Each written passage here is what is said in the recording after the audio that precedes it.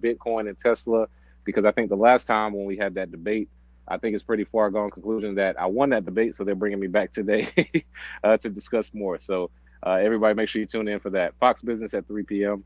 and make sure you tune in to the Black Bitcoin Billionaires as well. Yeah, man. Zay is everywhere. He is everywhere that you want to be, and he's everywhere we want him to be as well. So good stuff, Zay, man. Listen, this is what I want to talk about today. Let's get this conversation started. We got a whole room full of experts. I'd like to welcome a special guest today. We got my man Daniel Bork from out of Canada. He is a longtime Bitcoin ATM operator and exchanger in Canada. Welcome to the stage, Daniel Bork, man. Welcome you to you. It's your first time on the Genesis block. How you doing, man?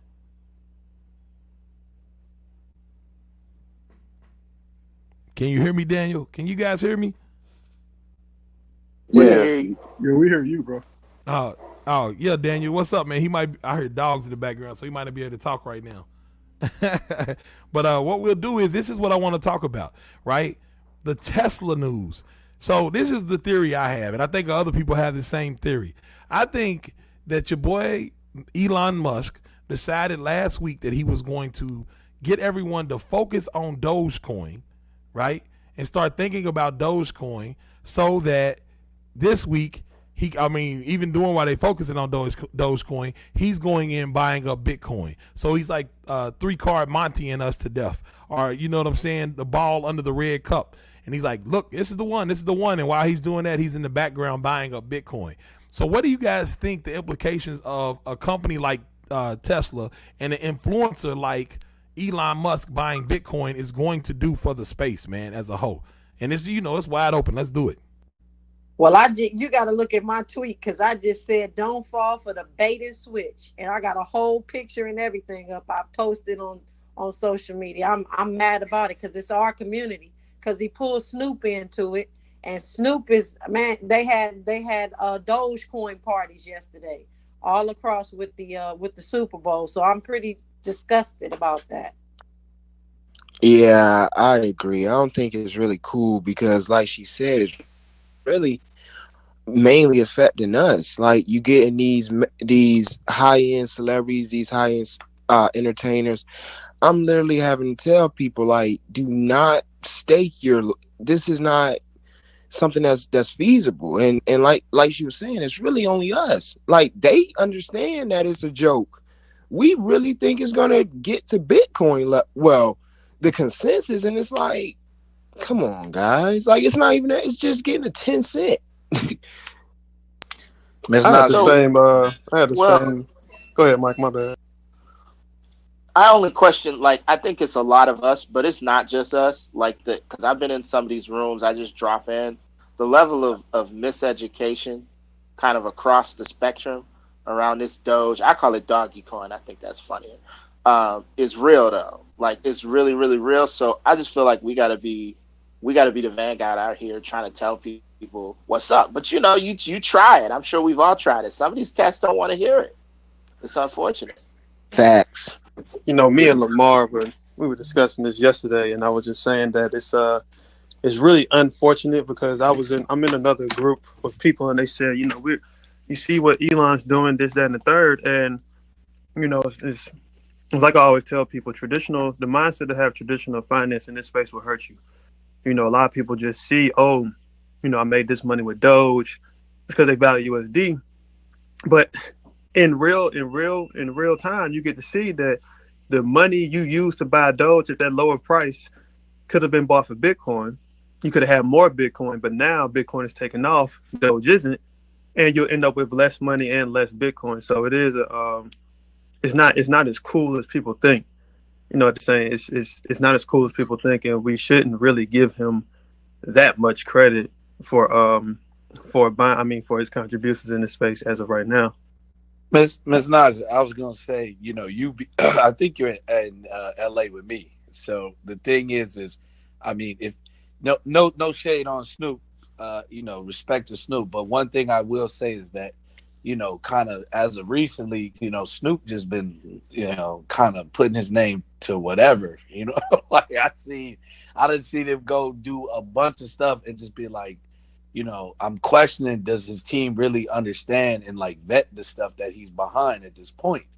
But back to Elon Musk specifically, I look at it as a positive. I think, you have two camps of people, and you're going to fit into either one, which is, you have the firm understanding of Bitcoin, what it's going to be. And all of this news is great, which is why you're in Bitcoin, right? Which is why you've invested in it. And then you have the trend or the trend followers, right? And so I can't really sit here and say that it's just us on that trend following page, right? Because it does affect us, yes, for sure. But I mean, I can't tell you how many people are it's just like a fun thing now. Like, oh, Doge. I put some money in Doge.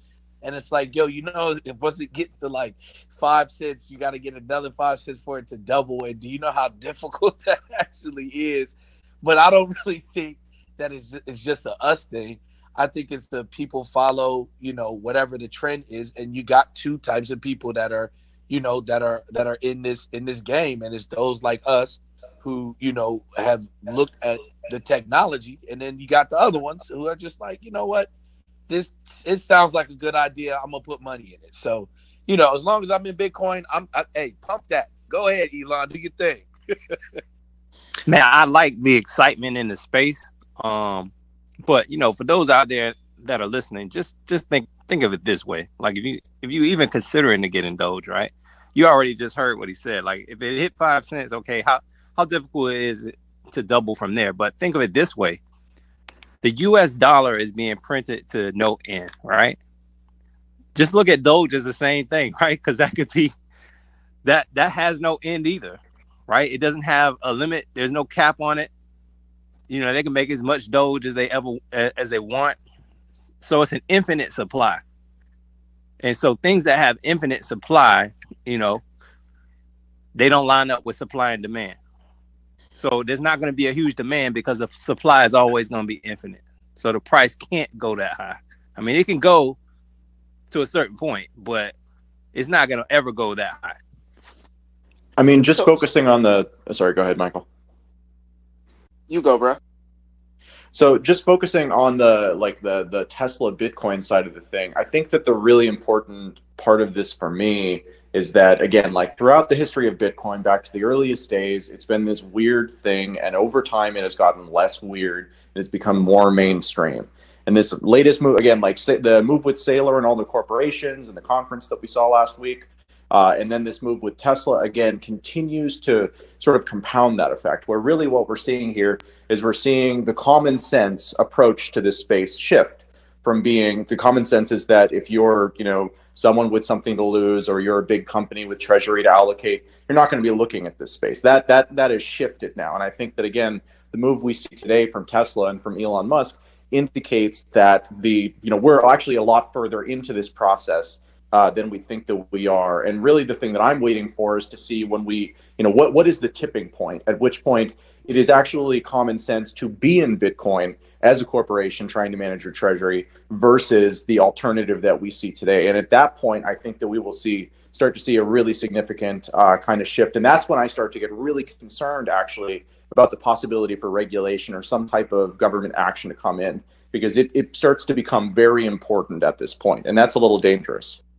And to follow up with what Adam just said, so I used to be in the rooms. I used to work for a subsidiary of Warren Buffett. And so I understand in those boardrooms what they talk about. And I can tell you right now, the fact that Tesla has put some of their cash reserves on the balance sheet, there's going to be major talks in those boardrooms. When we talk about a CEO's job, a CEO is supposed to bring in the most profits as well as to keep their assets on the balance sheet as high as possible. And if Tesla is putting their money into Bitcoin and their purchasing power increases, meaning their US dollar is increasing, to hedge against inflation, then the competitors to Tesla, Ford or, whomever, Chevy, they're going to have to put their money into Bitcoin as well to hedge against inflation as well, or else they're going to have to increase their prices to keep up with inflation. And either way, Tesla wins because they've already got the asset appreciating. And if other people's prices are rising up and the Tesla's not, what if the Tesla becomes cheaper than a gasoline car? So a couple things. So EVs in general are on track to be cheaper than ICE engine, just like technically over the next like 3 years. But what I'm seeing is, like, of course, other companies are going to move after Tesla's move, and you're going to have, like, we're starting to see liquidity problems. I was listening to another group. We're starting to see liquidity problems with a lot of these big exchanges. You got Tesla saying they might, accept Bitcoin for people to purchase the cars. It's going to drive adoption, but it's also going to be this interesting thing where supply on the market might get constricted, and you're going to see companies using that, hey, you can pay with Bitcoin now, as a strategy to get your Bitcoin. So there might be, a view of convenience up front, but then it's also going to be like, hey, you can buy the Tesla with Bitcoin. Hey, you can integrate, you can buy the services for the Tesla with Bitcoin. Now, what would be slick is if they let you, take some of your excess capacity and start doing consumer mining with the car or with their batteries and their tech. But who knows if we'll get there, because that'd be dope. That'd be crazy. I mean, he's a genius for kind of like double dipping though, right? Which is, hey, you guys are going to be able to pay in services with Bitcoin. Like, come on, dude. Like, he knows ain't nobody there. But when he makes that suggestion, that's to me the true power of his standing, right? Which is not even like, oh, they bought 1 point whatever billion of Bitcoin. Like, that's cool. But for him to mention, oh, and you can use it for payment is like, to me, that is the shift. Because nobody's really talking about that. Like, even Michael isn't talking about that, right? He's just about like holding it as a store of value. When Elon says, oh, and you can use it for payment and all of that, right? It's kind of like, to me, a universe, like a shift in how we, a bunch of people are going to start looking at it. And that just opens the door to more acceptance and the price going up, in my opinion. So I'm all for it. But you know what? That's not really genius, man. That's just him trying to snatch your Bitcoin from you. That's all it is. Like, hey, Work, you know what? right now, that's all it is.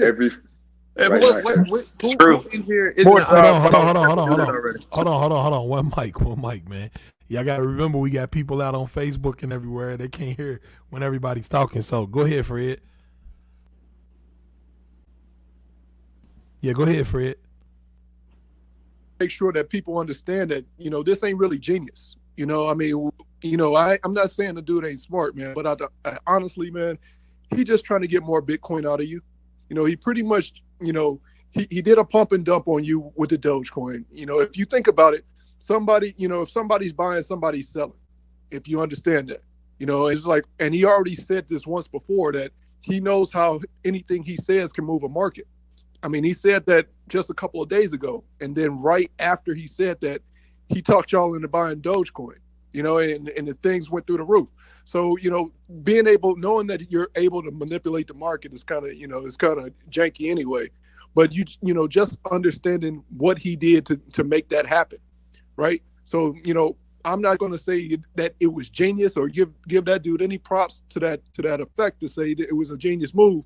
It's just a problem with a lot of people need more education about what Bitcoin really is and understanding all of that part, and not necessarily just trying to get into these quick flips, because that's what people gonna think. They're not really doing the math.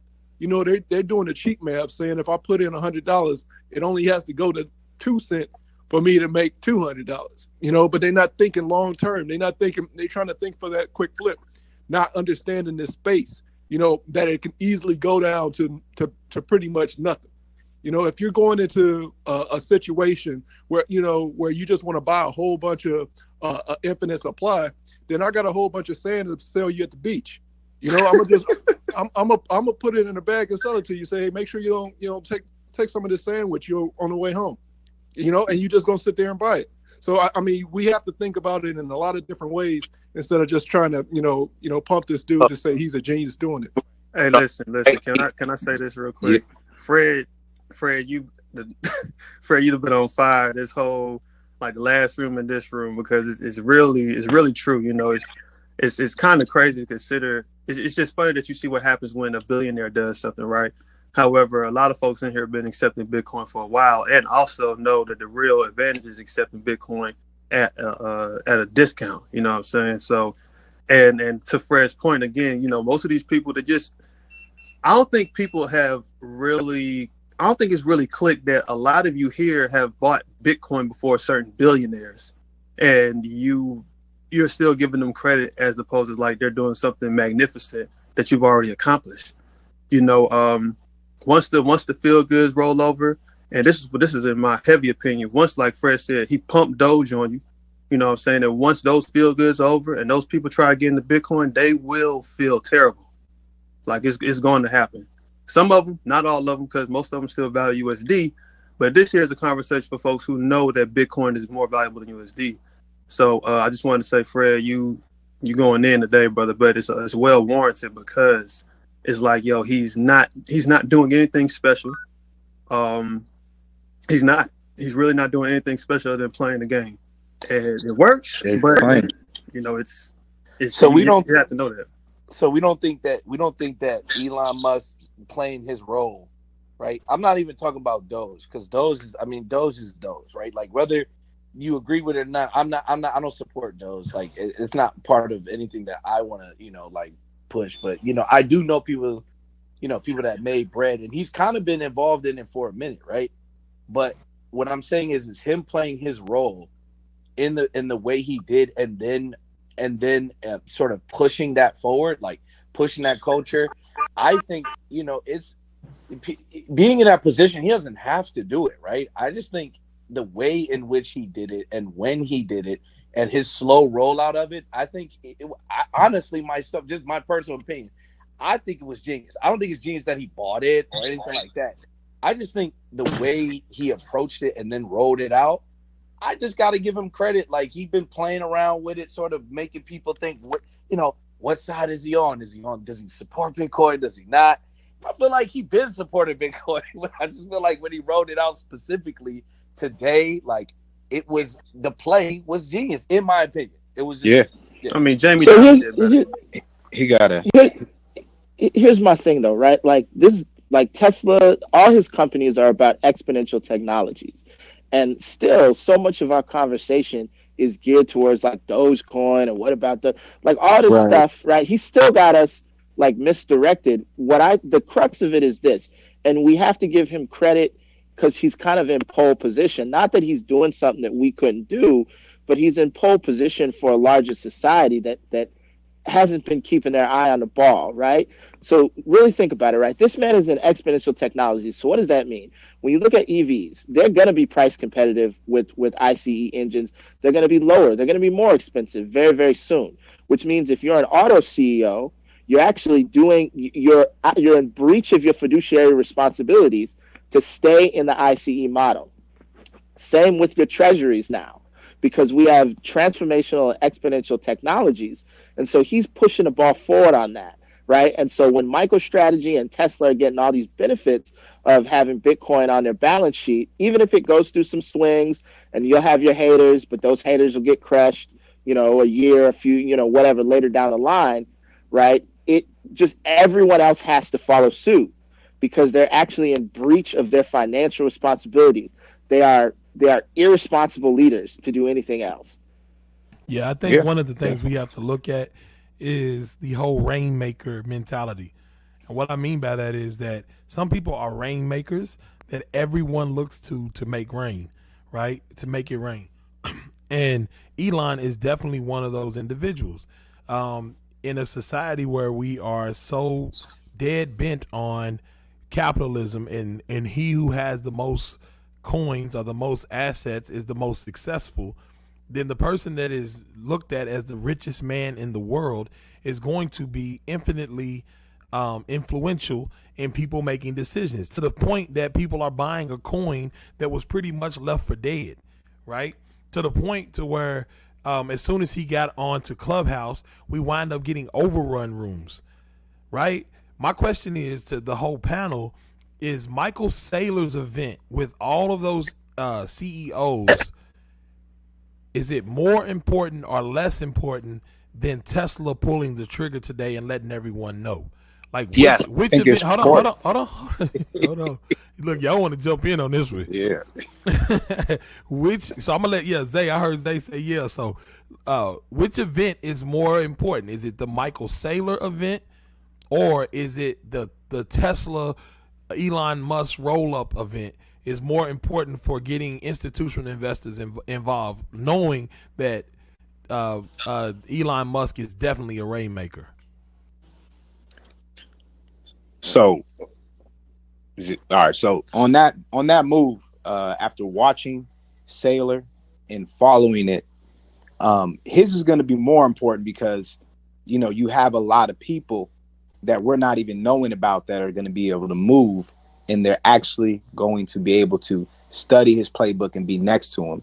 But that's on a level that's going to come after this. Elon Musk today is monumental just because he's like a white hot light in the media, whether we respect him, like him or not. For those who have been in it, for those who look at it long-term play, and that's what we all should be looking at, because that's what this really is about, and that's what people are missing as a concept that are rolling into Dogecoin. I have friends who went in and they stuck in it, not knowing. My other group of friends who knows, they got in and out. So Michael Saylor's is going to be even bigger because all those people are leaving there, and they're going to be telling the other people. And like what I believe Michael said, it's going to change the CEO's mind. Like as a CEO, your job is to bring the money. You have to take care of people or for your shareholders. So that we may not see it right now, this moment, but that's a huge catalyst. Can I give a comment from off of Facebook really quick, just to make sure we can stay connected to everyone, since we're on Facebook and we're on Clubhouse? Melissa McKnight Forney said Michael Saylor is more important for institutions. Eli is speaking to retail more. So what do you guys think about that?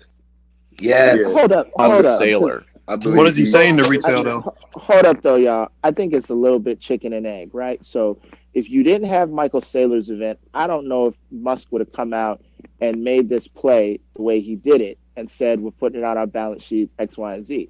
And if he had done this without the Saylor event happening, you would immediately have needed the Saylor event a week later because of all the interest from corporations. So I think they work together, and we're just, we're in the flow of living history, and we were early to the party. So that's good. But I feel like people seeing just hold on. Can we allow a woman to speak? Because sometimes our voices get a little bit loud, and I know, and I heard somebody that didn't have hard ankles trying to speak. So go ahead, sister. Okay, I would submit that what we're not speaking on is that a week prior to Michael Saylor coming on, Elon Musk was on. And I think that was the precursor to today, honestly, in that, now there's this buzz with the richest man in the world.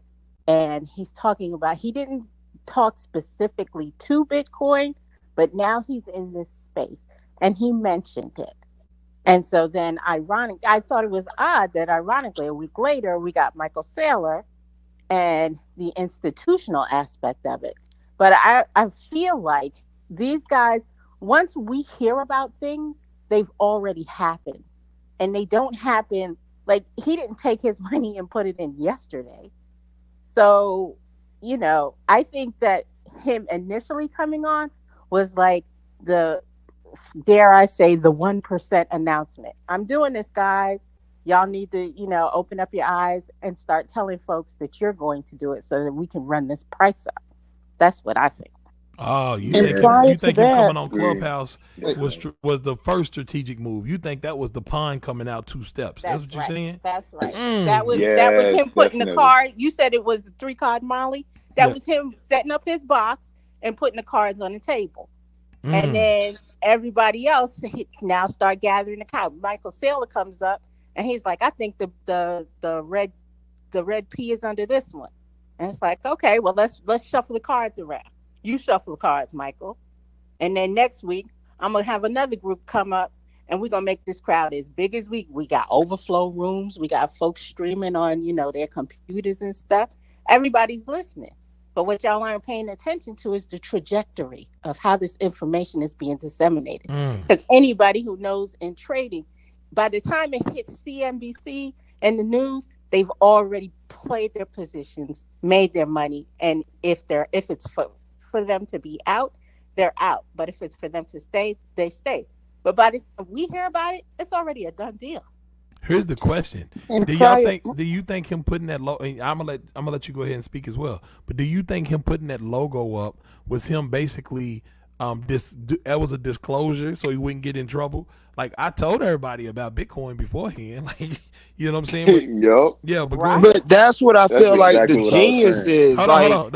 There was another woman speaking right after me that I actually who was that? Miss Shalair? That was me, Shalair. Yeah, go ahead. So prior to him coming on to Clubhouse and having that conversation, he had a Twitter back and forth, and I don't remember who he was back and forth with, but he talked about Bitcoin and he said, is it even possible? So we seen that the conversation started there and he started talking about it at that point. Then they take the conversation offline. So I think that we all knew that that was what the direction that he was going in. It just was a matter of when is he going to do it? And maybe Dogecoin was the test case. Now, but this is what I'm saying. Since when has genius been just doing what the masses are doing? Like, Einstein makes the energy equation into literally 3 subscripts. Like, he is literally just following the masses. Now, if he was investing in it prior to it becoming whatever it became, then we could have that discussion. But the fact that he's going on Clubhouse, he said that it was a joke. We got overflow rooms and people still aren't hearing that part of it, which is really mind-boggling. And that's why I'm like, this is all just a joke almost. Like, so I just wanted to just say to that I don't like, the thing is I think we're just because we do it, right? Like, so we bought Bitcoin and we bought it. Let's just say, for argument's sake, we bought it before Elon Musk. It was very smart, genius of us to do that as well. In 10 years, people are going to be like, wow, you guys were so smart. Smart, not genius, though. No, but here's the thing. He can have that same thought. He can have that same thought process and affect a much wider range. There are people that look at Elon Musk like the next Warren Buffett. He is basically like a Warren Buffett. Yeah, that's celebrity worship. That's not necessarily him being a genius, right? But to be able to utilize it, right, in order to help pump an asset that you own, in my opinion, just my opinion, is a genius capitalism. Move. Yeah, it's a genius move. It, to me, just personally, that's a genius move. You know what? There's nothing. There's nothing genius about any of this, right? The only reason why he's the richest man in the world is because of all stocks now hitting all-time high. This is stock wealth. Thank you. Not cash money wealth. Thank you. This isn't pure intellectual profit. But what does that matter? I don't understand. What does that matter? We're talking about genius. Hold on. Let him talk. Let him finish. Here's why it matters, right? He is the beneficiary of an overinflated stock market, right?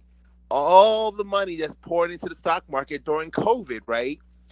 Tesla's overpriced, Apple's overpriced, Amazon's overpriced. All these stocks are being pumped up, right? They keep hitting all-time highs. It has nothing to do with them being geniuses, right? It's just because they happen to be in a situation where the dollar is being devalued. And right now, stocks are being used as a store of value, right? So he's just a recipient of that. He's not doing anything amazing. And regarding Doge, right? Doge is up 22% today, okay? Everybody who bought Doge, right, the last couple of days, they're doing all right. They're up 22% today, okay? So, it's not like, so that's why I'm a little, it's not a pump and dump, right? Because he didn't dump Doge. He didn't crash Doge. Doge is up 22% today, okay? So, it's not like those people who, saw the commercial yesterday, been listening to this for the last few days, and maybe they bought in. they're happy because they woke up today and now they're up even more than they were when they went to bed. So why would they be upset, right? So there's nothing Hey, genius. could I going check on here. Lamar? We were in the room with each other the other day, and I wanted to throw out a point. Who is that? Who is that on there? This is Oflo. This is Oflo. Hey, what's going on, Oflo? Hold on. Let me put you on the thing. Go ahead. Okay, so I wanted to clarify something. We should be trying to figure out and observe the people who are not letting their positions be known in the market so far. And the one person who comes to mind I don't know too much about him, but I know enough to say a little bit, is Ray Dalio. Specifically, he's not put himself out there. He's not said, yo, I have a position in Bitcoin yet. He hasn't, but we know that he's moved from being anti-Bitcoin to being pro-Bitcoin. So I think the ideal thing is to be looking at who right now is being silent and making power moves behind the scenes, because that's what real power does. Yeah. So Bitcoin's been what, trading around like what, 36, 37 for the past. It's been around that, right, for the past what, like almost month now, right? Kind of like. So here's all I'm gonna say. Like, the first thing is so Elon Musk, co-founder of PayPal, right? Like, just off of that, like, just shifting the way people move money across the internet. I think, again, you're talking to somebody who really understands this and understood it before it was out in the media that he bought it or whatever. I think Elon Musk has had Bitcoin for a very long time, but I think it's just the way he used the media. This is what I mean by it was genius. Bitcoin was stuck at 36, 37, right?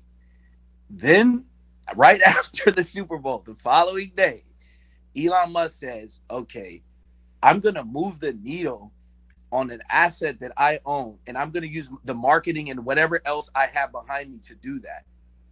I'm sorry, but like, as a person who has invested in Bitcoin, I can't move the needle the same way that Elon Musk can.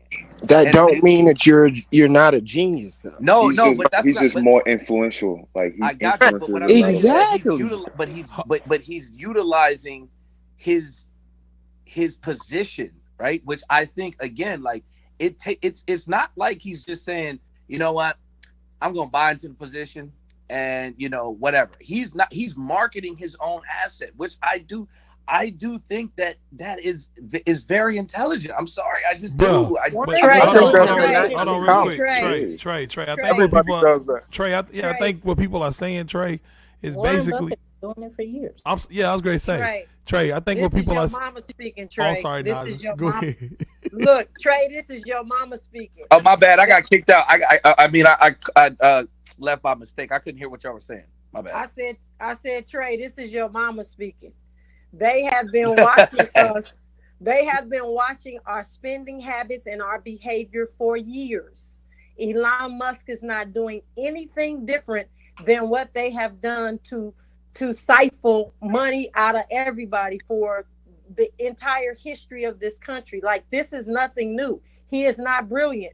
He is doing the same thing that they do with Jordans and just everything. Yes. Else. And I'm not talking about just the Black community, but like, period. They have mastered the game of bullshit, and we fall for it all the time. This is not new. The big move is going to be when they start financing with Bitcoin or using your Bitcoin as leverage to finance a Tesla. Here's the question. The big move is when a Bitcoin will be used to start a Tesla. No, I don't think anybody's going to use it. Hold on, real quick. Here's the question, and I just want to ask this because I hear what everybody's saying. I'm trying to listen to Trey's side and you all side, and what I hear is you all are basically saying Elon is no different than the dude that started a rap label and wears the T-shirt around every day so everybody knows it. Yeah, absolutely. Yeah, that's it. Yeah. He didn't even invest in the label. He didn't even buy no talent. So just using $1 trillion market. Yeah, using that analogy. Getting in $1 trillion market. He said this happens every day, B. So Trey's saying that it's genius that he's using and manipulating us and using his influence to manipulate us. Which here's the thing. Yes. Yeah. and I can see both sides, right? But I don't think it's genius, to be honest with you. I mean, little kids know how to manipulate other little kids with ice cream cones. That doesn't make them genius. You know what I'm saying? So I would say with this doggy coin stuff, he's more like a slumlord, though. Who's more of a genius? Is the people, as we've been saying, right? This is the first asset, the first opportunity that regular people can front run billionaires. Okay, that's never happened before. Right. So the fact that probably everybody in this room who owns Bitcoin obviously owned it before Tesla owned it. Okay, and that's gonna keep happening. That all these companies who eventually, in the next 6 to 12 months, right? Because he's still early, right? Saylor was first for MicroStrategy. Square was like second, and on and on and on, right? Now, when the 45th company does it, nobody's going to care, right? Nobody cares who 55 was or who, right? Anything like that, right? But the fact that benefits just the regular people, that we already own something that now multi-billion-dollar corporations and billionaires and hedge funds are going to have to buy, that benefits us because that drives our price up, okay? So, but that benefits only if we hold or are able to leverage that wealth. So, what was said that's important is that I think Naja said that's important is that they are going to use this manipulation and their influence to get the Bitcoin from us. So, I don't know who that is. Who is that speaking? Hello, this is Latasha. Hold on 1 second, because I got to add you. That's why we try to keep a certain number of people up, because I got people in Facebook world don't know who people are, and so I have to add your tag. Hold on 1 second. Because this is Latasha. Go ahead, Miss Latasha. I'm sorry. I just don't have you on the thing. Go ahead. I understand. It only helps us if we keep it, if we maintain our wealth. The whole play of the big guys getting in is to get the Bitcoin from us. So unless they're mining and creating Bitcoin, they have to get it from the people who have it. And yes, for those of us who have enough that we can sell and take profit, that's good. But there are people that are going to see these prices and start exiting because it's more money than they've seen before. And, that's the kind of the conversation we have to have. Like we knew with, adaptation that this stuff was going to happen, but we also have to prepare the people who are here for how do you keep your wealth. Well, something's interesting that I want everyone to specifically be prepared for. You remember Facebook was supposed to be coming out with their coin. And just to let you all know, it's Oflo speaking. Essentially, what happens when Google decides to come out with their coin? What happens when Tesla decides to come out with their coin? Essentially, they're going to market their coins in a manner to essentially fool people to swap their Bitcoins for these coins, because essentially they're going to go up in value. So essentially what the people need to understand and really listen to is the fact that Bitcoin is a once in a lifetime opportunity. A huge amount of them are lost forever. Essentially, there's not enough Bitcoin for everyone on this planet. I've been telling everyone in different groups that, and I tell this to my friends and family, the ideal amount, if you don't have a bunch of money, is to at least get 0.28 Bitcoin. Because if you have that much Bitcoin, you're in the 1% of the world when it comes to Bitcoin ownership. Obviously, if you can get more, it's always better. But essentially, there's going to be a lot of pushing and marketing of the altcoins to extract the wealth from Bitcoin holders. And it's okay because that's how markets work. But for people of color or just people from, third world countries, it's very important that they understand that the marketing efforts, all these other coins have marketing budgets. And this part of the work that I'm doing, I'm actually creating marketing for Bitcoin for the younger generation and actually pushing that out there to the masses. But the whole thing is very important that everyone know that right now, there's an entire world of people who want your Bitcoin because of that limited supply nature of it. And you got to be protecting your Bitcoin no matter what. That's a very good point. That's awesome as a good segue. This is the Black Bitcoin Billionaire podcast, our club, man, right here on Clubhouse and on Facebook. And we're also streaming to YouTube today. With him saying that, I know everybody heard, he said that if you accumulate 0.028 Bitcoin, you'll be in the top 1% of all Bitcoin holders in the world. And then you also heard Mr. Albert say this is the first asset in history where normal everyday people can front run billionaires. We who have Bitcoin before Tesla bought it are ahead of the game. And so right now we have the Satoshi Millionaire Challenge going on right now. The Satoshi Millionaire Challenge is trying to get as many black families as we possibly can to get at least 1 million Satoshis before the end of the month. Before February ends, before Black Future Month ends, we want to make sure that every black family has at least 1 million Satoshis. Now, what is a Satoshi? A Satoshi is the smallest unit of a Bitcoin. The way you want to get started and the way you can get started is by utilizing our Cash App partnership, right? So our Cash App partnership is going to give every family that we possibly can some of their first Bitcoin. So go to blackbitcoinbillionaire.com. That's blackbitcoinbillionaire.com. Go to blackbitcoinbillionaire.com and make sure that you join the actual site, sign up, and when you come back to the site after they've checked and confirmed your email, go to the Satoshi Millionaire page. That Satoshi Millionaire page has a form on it for you to fill out and put in your cash tag so that we can begin distributing some of these coins directly to your Cash App wallet.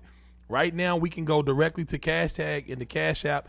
And as everyone has said before, this is an opportunity for us as black folk and everyone else who wants to be involved to make sure you get into the Bitcoin game this month. So thank you all, and we'll get back to the conversation. I don't know who was next, but go ahead and take it back away, whoever started talking.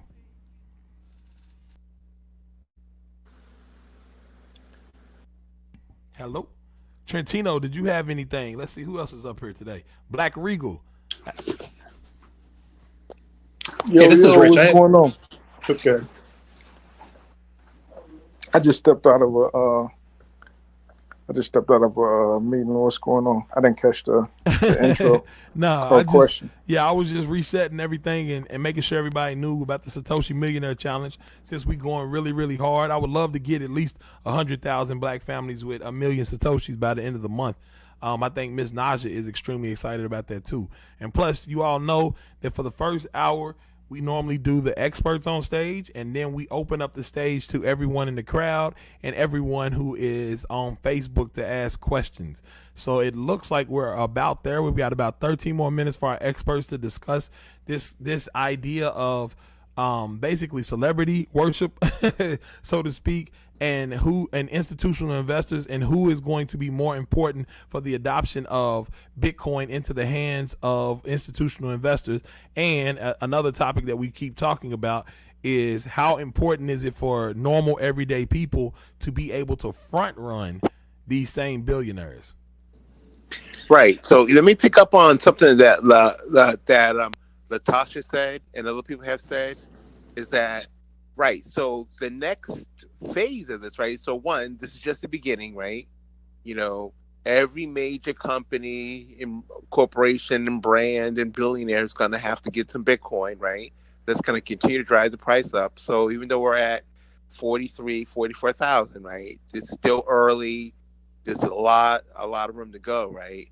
But the other thing is that, like he said, there's going to be, the next thing. If people remember, right, when Ethereum first came out, right, for the ICO, you had to use Bitcoin to buy the Ethereum, okay?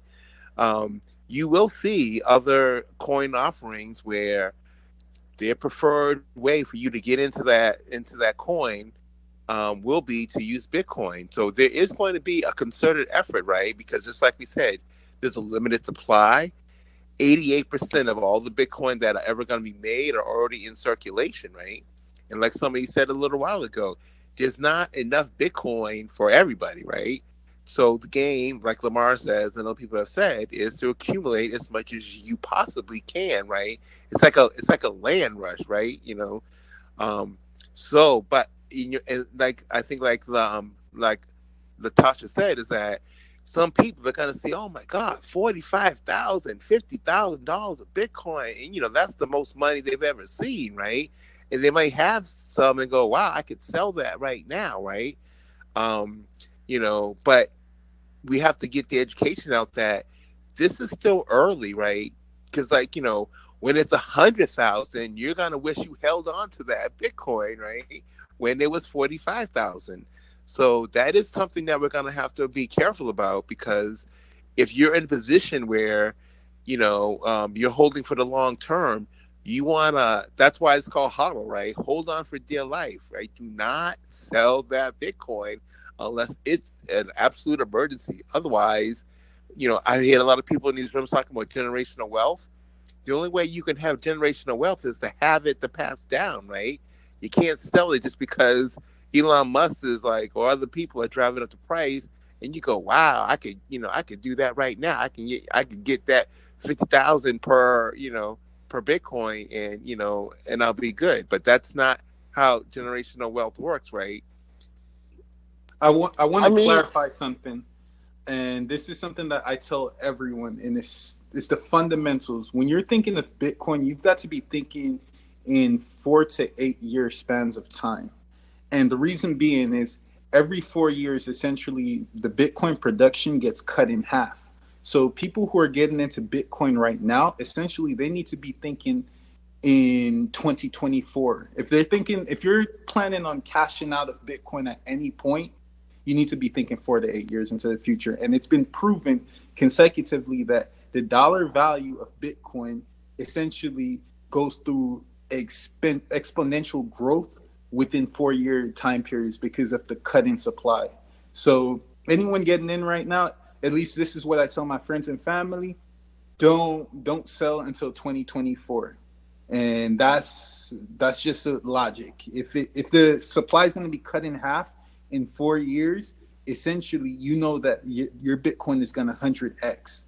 And like Albert was saying, if you're thinking generational wealth, what you want to be thinking is, if I'm going to be selling Bitcoin for anything, it needs to be that I'm taking a small portion of Bitcoin to put into an investment to essentially turn that Bitcoin into more Bitcoin. But selling Bitcoin is the most foolish thing that you can possibly do right now, especially when it's so cheap.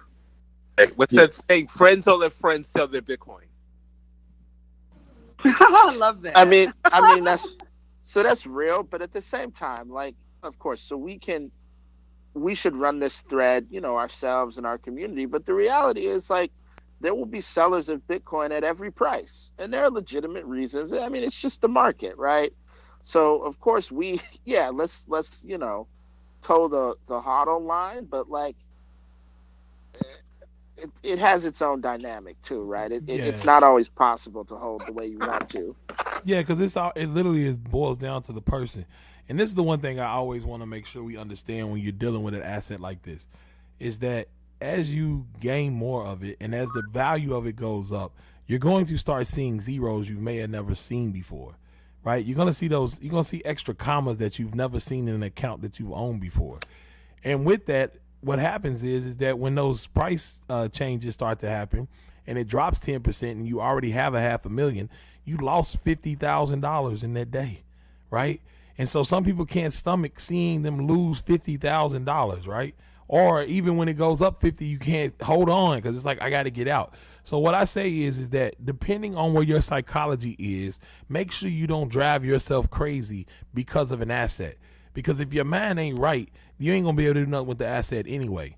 And if you are, because I'm gonna tell you, there's stuff that is far more important than just having more generational wealth, and that's loving your family, right? Those are things that making sure your family stays together, don't be fighting over money, all of that stuff is crazy, right? To just be going after some more value in the world, right? So what I'm saying is that know yourself, know what it is that you're trying to do. If you can't stomach it at night and you're not going to sleep and you're not getting good rest, your health is better than your wealth anyway. Your health is your wealth, I should say.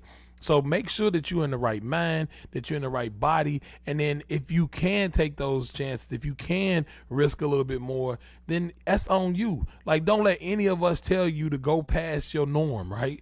Don't let any of us tell you to, like, I mean, not even your norm, but go too far past your comfort zone. Because it's good to be uncomfortable, but sometimes you can really hurt yourself and the people around you. So just be very careful, because people have jumped off of bridges for less. You get what I'm saying? So make sure your mind's right, your body's right, your family's right. Those things are going to, because you can't have generational wealth if you don't have generations after you, right? Let's just be real about it. So with that said, let's go ahead and start pulling some people on stage. And let's Could go I ahead say something right quick? Yeah. Go ahead. While we pulling people on stage, and then we'll start asking questions. Yeah, go ahead. Okay, dealing with the Satoshi of Bitcoin, it should be 21 quadrillion Satoshis in the world. And so if we look at it, it's going to become, this is my opinion, I think it's going to become a time we're not going to worry about the Bitcoin. We're going to be calculating off the Satoshi of a Bitcoin. Because just a couple of weeks ago, the dollar to ratio of Satoshi was 2,900. And today, as we sit, is already has broken down to 23 as the price continue to go up.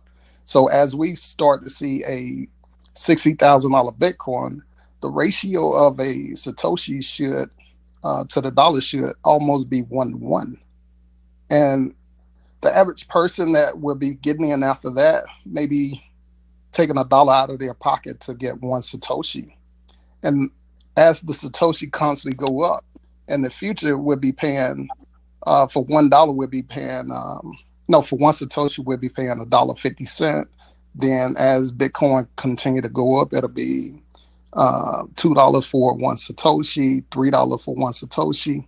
And right now, to me, other currencies or other tokens out there, or like Ethereum, the EOSs, and all of that doesn't matter until that ratio really hit 1-to-1 to the dollar with the Satoshi. Right now, my focus will be completely on Bitcoin until that ratio of 1-to-1 completes. Yeah, I just want to clarify something just to everyone who's getting into Bitcoin. If you look at all these other altcoins, there are gains and there's a lot of potential in the technology overall, but you've got to play it really smart. Essentially, the name of the game is Bitcoin, and Bitcoin is the first digital cryptocurrency to ever have existed. So essentially, just the notoriety of having some of that is literally history in of itself. And if you're really thinking about it, not everyone can have Bitcoin. And if you can emphasize on that, it just puts you ahead of the pack. And you've got to be really aware that everyone else, all the other projects, everything that's coming out, essentially, what do they want from you? They want your Bitcoin. I think okay. Yeah, listen, this is the time, everybody. Like, we gotta go to the people in the crowd. So I think we brought some people up on stage, and this is Miss Naja's chance to take over, because this is what Miss Naja kills at. So Miss Naja, you ready for this, sister? Yes, sir. Ready and available. Let's make it happen. Yeah, so everybody out there in streaming world, this is when we allow you to ask your questions. Because we only have a little bit of time. We only stream for 2 hours, and then this room goes on forever afterwards, if you're on Clubhouse. But right now, we just want to make sure we get those people who are out here on Facebook and now on YouTube to have an opportunity to ask their questions so that everyone can speak. Hold on 1 second. Oh, Lord, everybody's calling me. So my phone too. So yeah, I know that's crazy. Everybody called everybody at the same time. So yeah, go ahead, Miss Naja, and take it away. All right. First to the stage, we have Jay Einstein. Welcome to the stage, sir. What's up? I was already on stage. Yeah, that was the issue. Like, a lot of people came up on stage. A lot of people pulled a lot of other people on stage. So I didn't know what was going on. Oh yeah, nah. I All was right. just Well, let's do this real quick. Jay Einstein, did you have anything that you would just like to say really quickly, or a question you like to ask? All right. And I know I have a question about the unit cost of 1 Bitcoin. Can you give me 1 second? I'll get right down to you. Just give me 1 second. Let me just try to refresh the room and we'll get it straight. While we're doing that really quick, Lamar, can you go ahead and take a question from the Facebook group? Yeah, this is not an actual question. It's more like a statement. And of course, you guys can definitely talk about it. But this gentleman said altcoins are making money too. So does anybody want to talk to that notion of altcoins are making money too? We got moderator number 1, and all that means is the first moderator will go, then we'll have the second moderator, and then we'll move to the next question so we can keep it moving. This is Shalair. I'm going to say that yes, altcoins make money. Bitcoin makes more over the long run. So if you want to, be insured, more insured that you're going to keep on going with that trajectory, you want to think about the fact that there are 8,304 altcoins and you're hit or miss with it. Some of them hit and some of them miss. But why take the chance when, as Ms. Granny Crypto says, Shalair, I think you went out just a little bit. Shalair, are you there? yes. Right. Can you hear me? Yes, we can hear you now. But you said as Granny Crypto says, and then it went away. Oh, she says, why would you want to mess with the children when you can mess with the granddaddy, the one that has shown its value over the time. So you want to be, on the right, especially in a bull market. There are 8,304. They're hit or miss. Hey, what I would say. Oh, no, go ahead. You got something Moderator nice? number No, 2. what I was just gonna say was that if you're interested in the altcoin space, just make sure that you have Bitcoin first and foremost. The altcoins are exciting, but it is a space that you really have to learn about. It's higher risk. It's much higher risk. So if you want high risk, high reward, by all means, you can play in that space. But if you want guaranteed, then of course you want to go with Bitcoin. At least get that first. Thank you for that, the both of you. And next to the stage, we have Rayshawn. Welcome to the stage. Thank you. I just want to say really quick, there was some really good conversation. I don't know if everybody just had an opportunity to catch it, but I believe it was Sister Latasha. I just wanted to say that I agreed with her wholeheartedly in terms of the educational piece. And you too, Naja, had said something before in terms of, your investment, you invest your education, right? So I don't think anyone in the room should say, hey, I came in this room and it's full of knowledgeable people and, I'm about to go and bet the ranch kind of situation. So I just, from an educational perspective, want to further just encourage folks to seek knowledge, right? And then develop, your steps from there.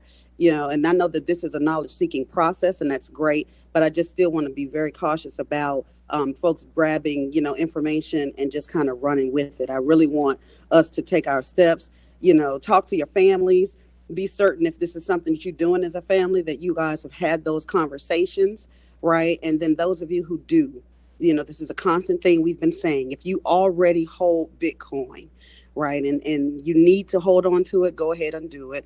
I love that my guy said, friends don't let friends sell Bitcoin.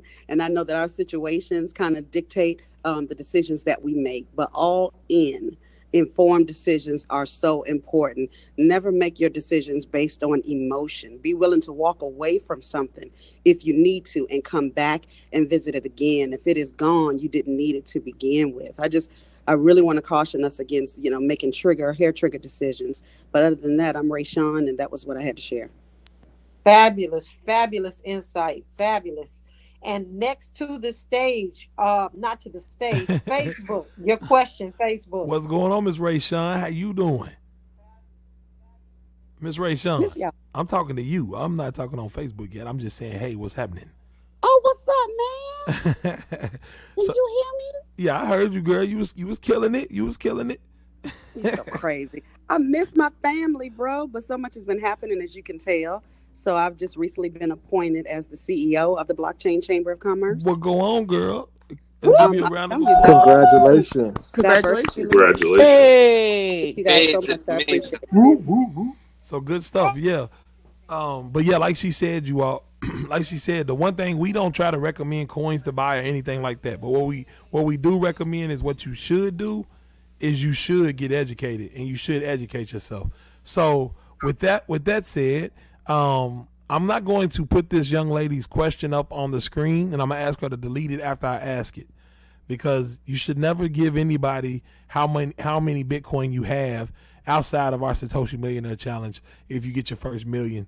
And then you need to delete that too, because we just want to see, you know what I'm saying, see what we're doing, see if we're actually making a difference. But she says, and I'm not going to say her name, she said, I own 0.02 in Bitcoin. How much more do I need to purchase to own 1 million Satoshis? I am still learning.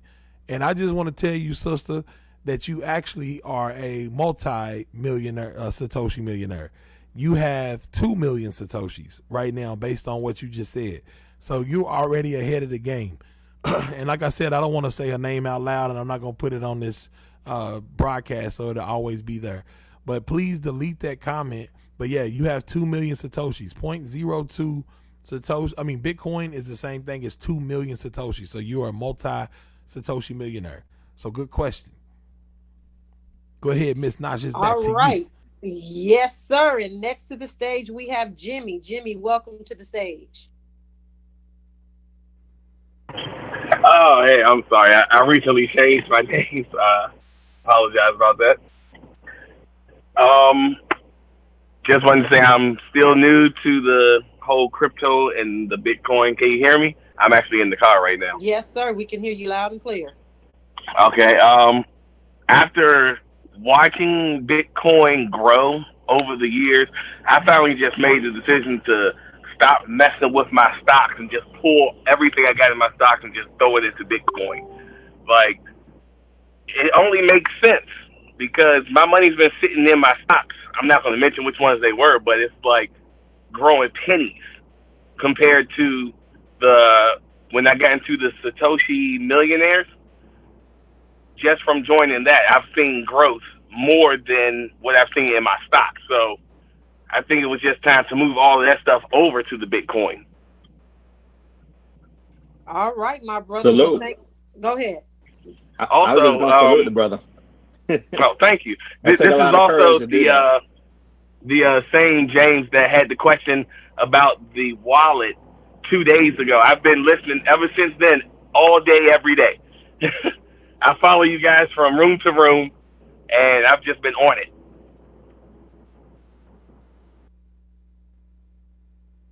No joke, to about 6:30, listening to people talk about Bitcoin just so I can really, you're always going to learn. So thank you for that, and we're glad you're here, and we look forward to helping you through this crypto space. That's what we're here for. Absolutely. All right. So really quickly, for those who have not done so, please press the green house above Adam's head to become a member of the Black Bitcoin Billionaire. We're going to share some other things in just a minute. But before we do, we're going to go off to Facebook. Lamar, take it away. Yeah, on Facebook, somebody asked the question, how much is 1 million Satoshis? And 1 million Satoshis is 0.01 Bitcoin. So I'm going to answer that one again, and then let's see if I can find another one. Here we go. Can you speak to the? Here we go. This is a question. Can you speak to the possibility of a 51% attack on Bitcoin? People keep talking about China having most of the Bitcoin mining power, but can China control the Bitcoin market? Adam, you can answer that one. You had a great answer the other day for that. Did you all hear that? I'm sorry. Remind me the question. Yeah, it said, can you speak to the possibility of a 51% attack on Bitcoin? People keep talking about China having most of the Bitcoin mining power. Can China control the Bitcoin market? Yeah, so this is something that comes up a decent amount of time. 51% attacks are one of the ways in which, Bitcoin could be really negatively affected. But it's important to think about what it actually means for Bitcoin to be really negatively affected. Bitcoin is largely immune to most types of forces that we would typically be concerned about because it is decentralized. But in the case of mining power, again, like China has always been this really big part of the story.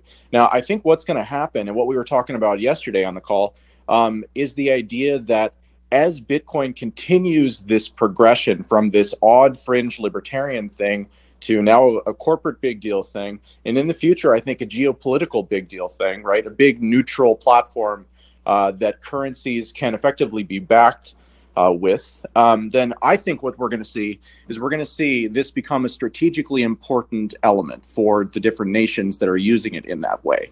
And the question that we fielded yesterday was specifically about what would happen if China subsidized miners, right, to try and gain like a majority of the hash power within the network so that they could then attack the network. Well, what I think would happen is that you would see other countries around the world start to do the same thing, because Bitcoin is only useful if it is decentralized. And if China were to do this as a state policy, I think you would see state responses. Now, the other side of this is what could happen if a 51% attack actually occurred? It seems like it's a really big deal. It's one of the worst things that can happen, but it's actually not that bad.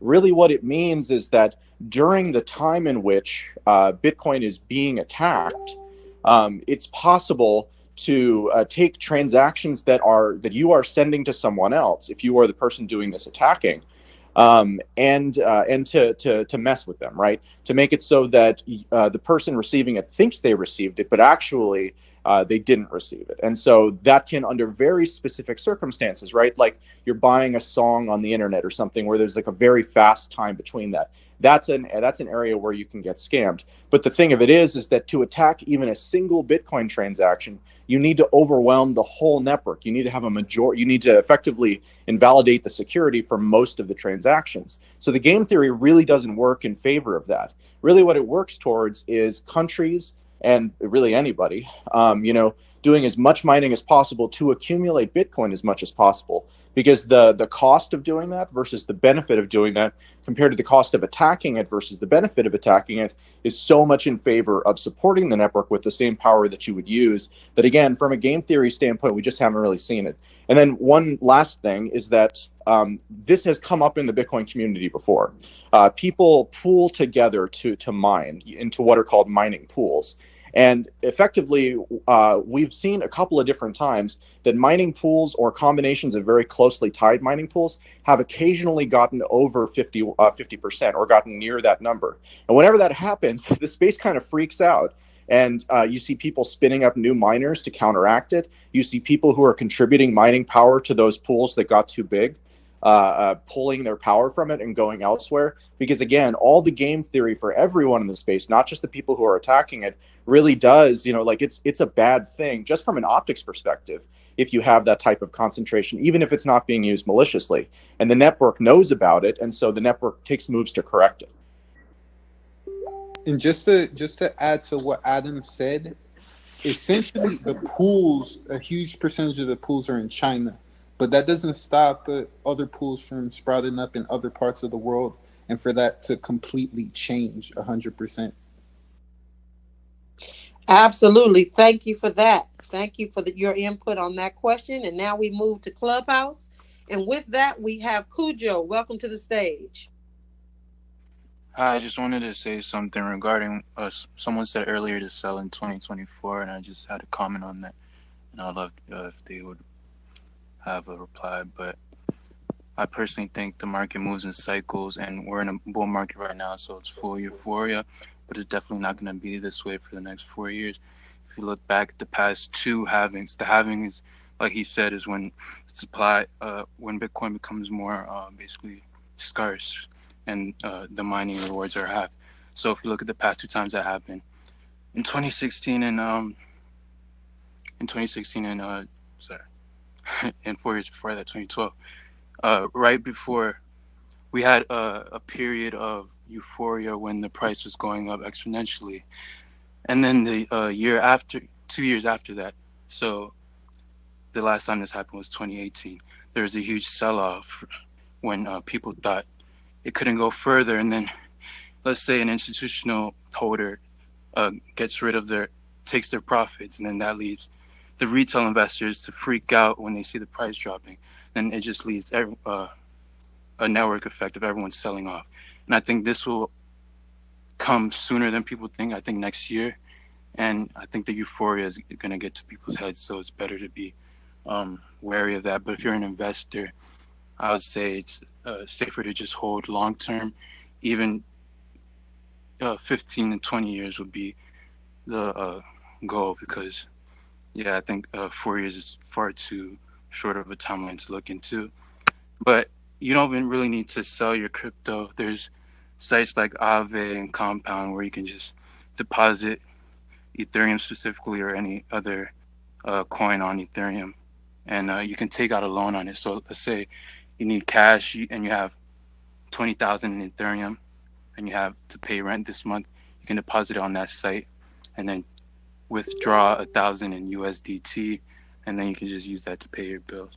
So I want to kind of stop you there, because specifically, I don't want to push people into Ethereum, because pushing people into Ethereum, most people don't even realize and understand Bitcoin. So trying to go into Ethereum doesn't even make any sense. And most people don't even realize that smart contracts are actually on top of Bitcoin, and Bitcoin has additional layers. We have RSK, which is a platform that essentially has the Solidity language of Ethereum built into it. So essentially all the programming that can be done on Ethereum can be done on Bitcoin. And the funny thing that most people don't understand is that RSK has more hashing power and is actually more secure than Ethereum, because it essentially has the hashing power of Bitcoin backing it. Also, in terms of micropayments and everything like that, we have the Lightning Network that essentially is super fast and is super secure. So I wouldn't push other people into the other coins, because most people don't understand Bitcoin. So if you don't understand Bitcoin, running into other cryptocurrencies that don't have the same level of security is not really smart. And you've got to understand, majority of these coins, they have marketing budgets, because they're centralized projects that essentially the marketing budget is to get people into it so that they can get people's hard-earned dollars or hard-earned Bitcoin. So I wouldn't specifically say put your money into stable coins and stuff like that. And if you were looking to do a stable coin, there's actually a stable coin built on RSK on Bitcoin itself called Money on Chain, that essentially is a stable coin backed by Bitcoin. And most people don't know about this. So I would tell people, study and learn Bitcoin. Invest the next 4 years, dollar cost average, and learn as much about Bitcoin as possible. Stay away from the altcoins until you've mastered Bitcoin and you can say, I know the ins and outs of Bitcoin, because I can guarantee that majority of people, this is their first time hearing about RSK and a stable coin built on Bitcoin, backed by Bitcoin. Absolutely, Oflo. Thank you for that. Thank you, Cujo, for your question or your statement. And next we move on to Facebook. Yes, this question is from Roxy Jahanashahi.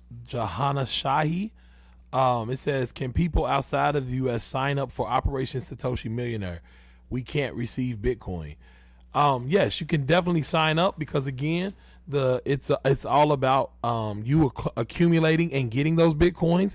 And because you know Miss Naja Robert, that voice that you just heard, you can go find her at cryptoblockchainplug.com and talk to her, and she can help you. Tell her you're trying to achieve the Satoshi Millionaire Challenge, and she will definitely help you out. She's amazing, and her service is amazing. So here, matter of fact, let me put up her banner real quick, because I did make a banner for her.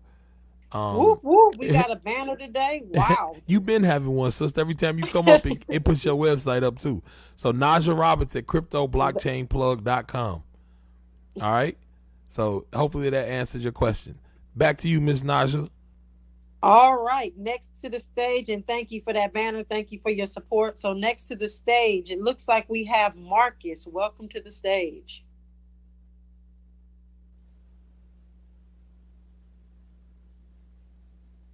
Marcus, you there?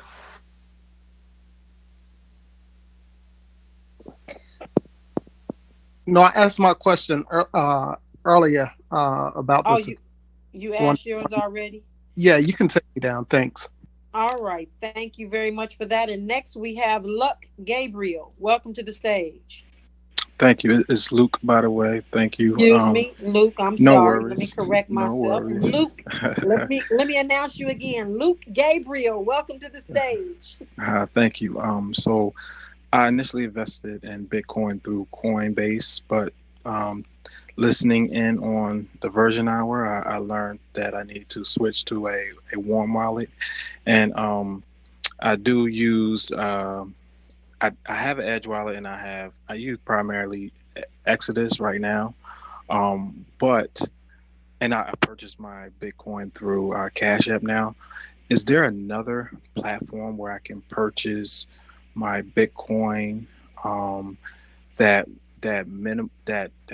reduces my my digital footprint, so that it can't necessarily be traced in the future? Because I know I heard something about, actually, Lamar, in the room previous to this, you were mentioning about, government plans trying to trace, how we buy and all of our footprint, our digital footprints. Is there another platform I can use to purchase Bitcoin other than just Cash App that's credible and that y'all recommend? Moderator number one, please. You're talking to the lady just got done said moderator number one. Answer your question. Naja, you can go through her. Y'all tried to send the feds my direction. I'd like to actually add to this question too, because this is actually one of my favorite questions in terms of privacy. So there are wallets. Actually, just to give you a little background on me, I'm Oflo. I did a song in 2016 on Bitcoin. Essentially, a lot of the OGs, Adam Back, who's actually written up in the Bitcoin white paper, he follows me. I got a lot of love from the OGs, essentially. All right. My intention is essentially to get billions of people into Bitcoin. I'm going to be pushing music, content, and everything like that. So everyone in here, Oflo, do me a favor real quick. Do me a favor really quick. If you can just stick that stuff in your bio so we can go ahead, and we got a ton of people to move through the room. All right. I'll get to the answering the question. So there's essentially two wallets that if you want to maintain your privacy, is Samurai Wallet and Wasabi Wallet. These wallets actually, they incorporate Tor. So your location of your transactions, the IP address that's attached to your transactions aren't attached to your transactions.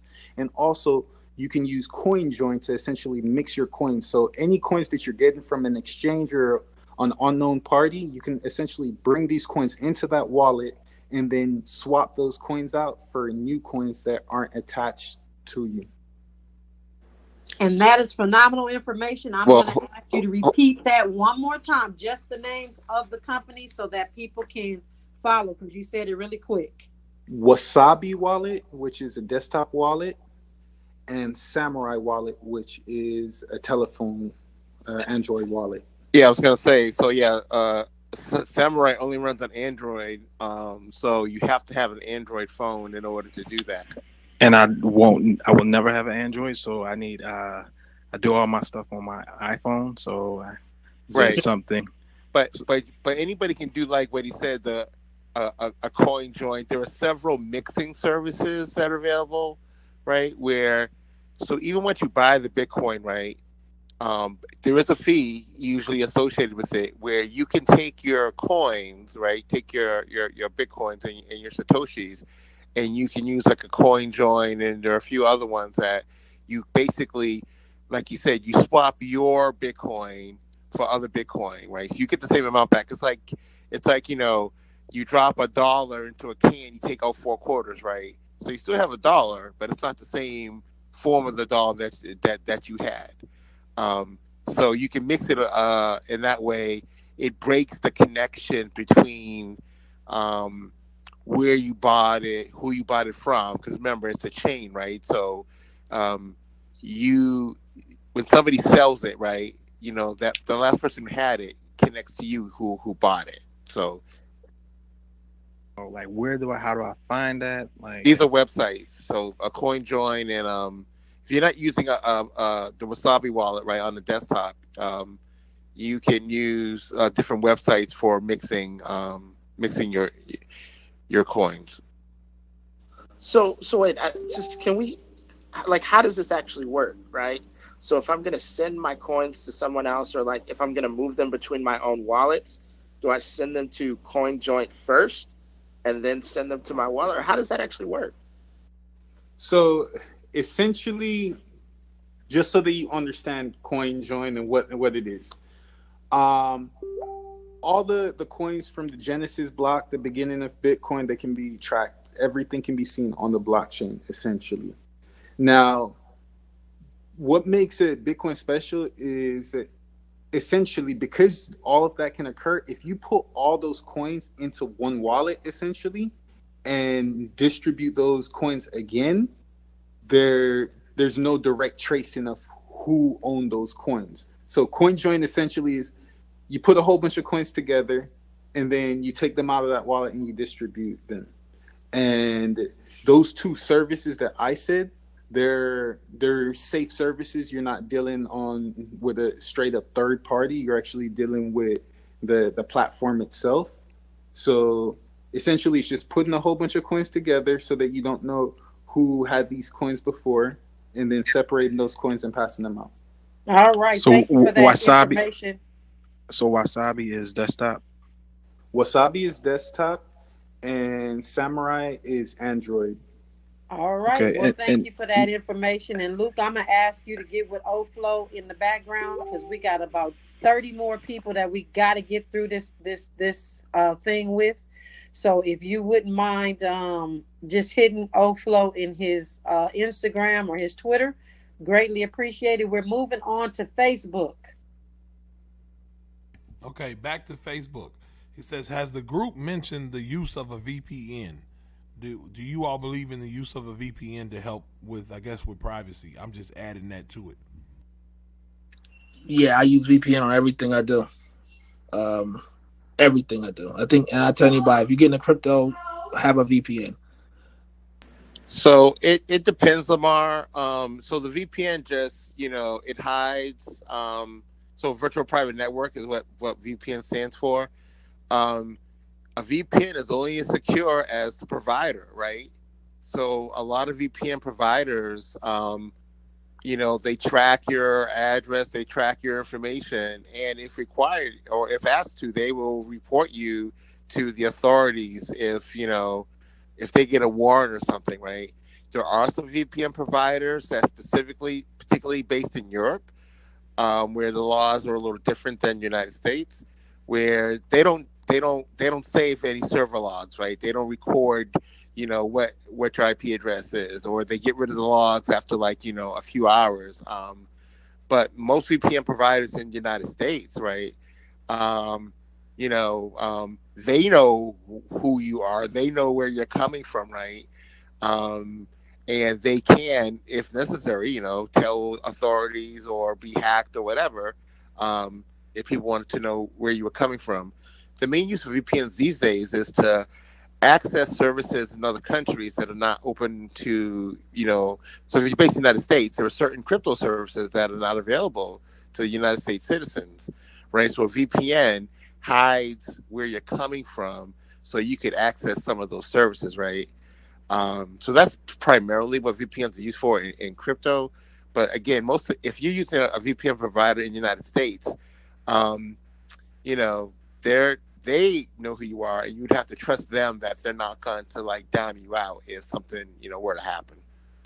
Thank you want very a much cheap, for that. if you want a cheap, free alternative, essentially you can just use Tor browser. So yeah. We already get, and thank you for that, Oflo. So we're trying to just keep it down to 2 moderators. So let's go to our clubhouse. We have Everyone Loves Pearly Whites. It looks like he is the owner of a pearly white teeth company. So what is your question, sir? Yeah, so my question is this.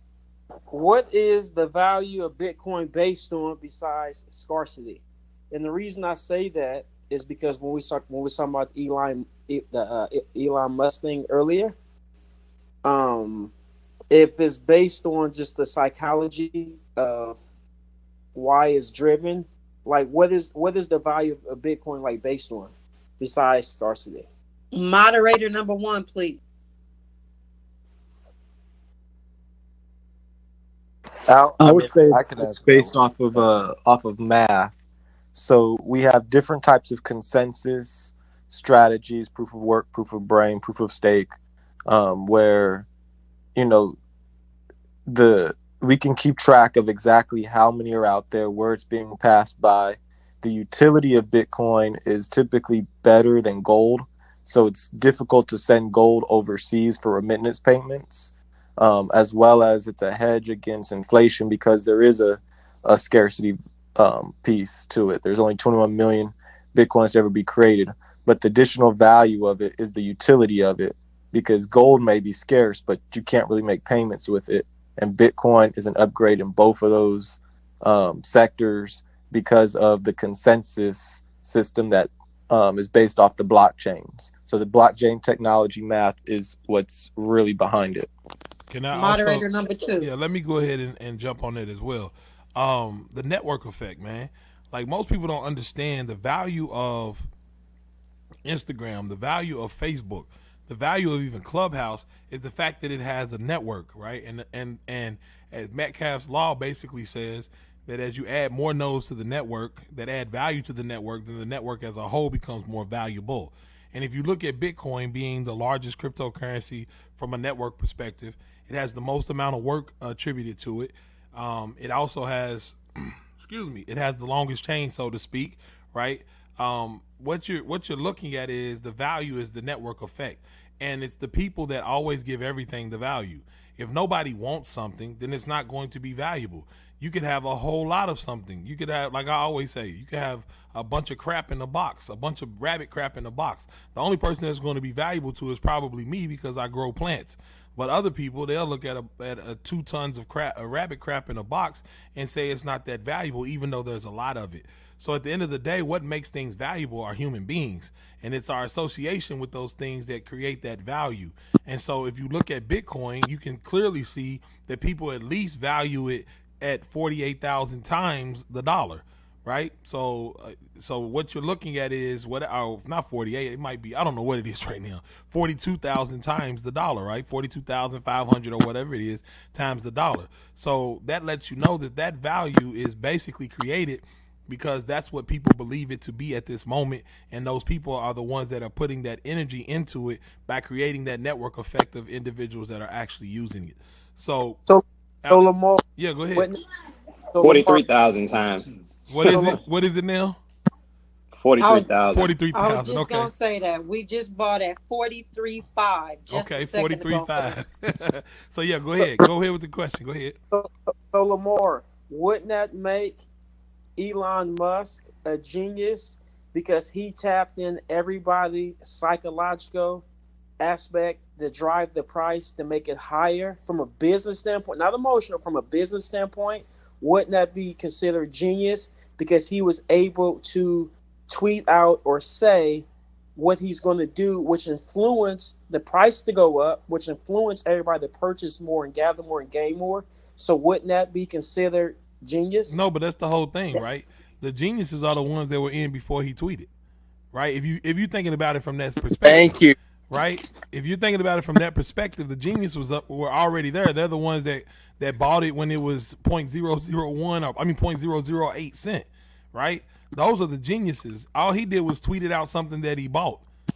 You know what I mean? So you get what I'm saying? Like, there's nothing ingenious about like telling everybody I got it.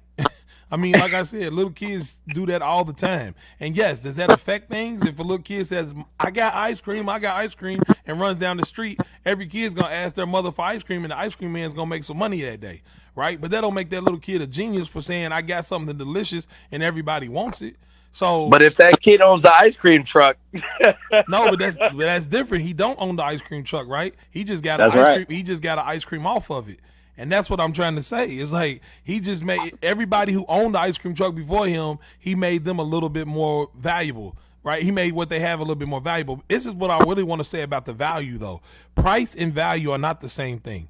Price is showing you the value at that moment, but things can be overpriced and underpriced, right? Value is determined directly by the human beings that are assessing it. And once you begin to understand the value of actual freedom, right? When you start understanding the value of what it means to control your own money, when you start understanding the value of not having to be in a system that has systemically oppressed you and be in a completely opposite system, a completely alternative system, then there's value there that even most people who live in the United States of America can't even fathom.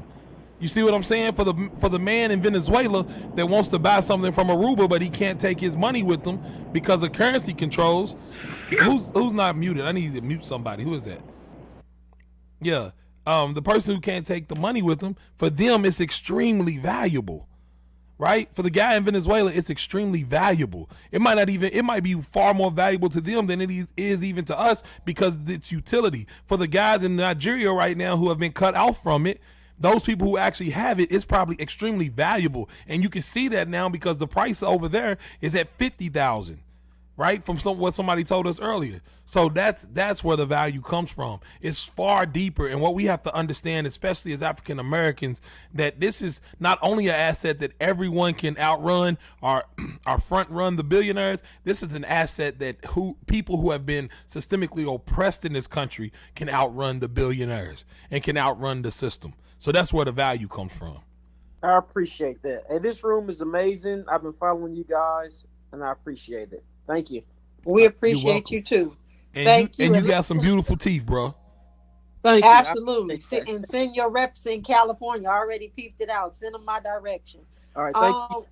Absolutely.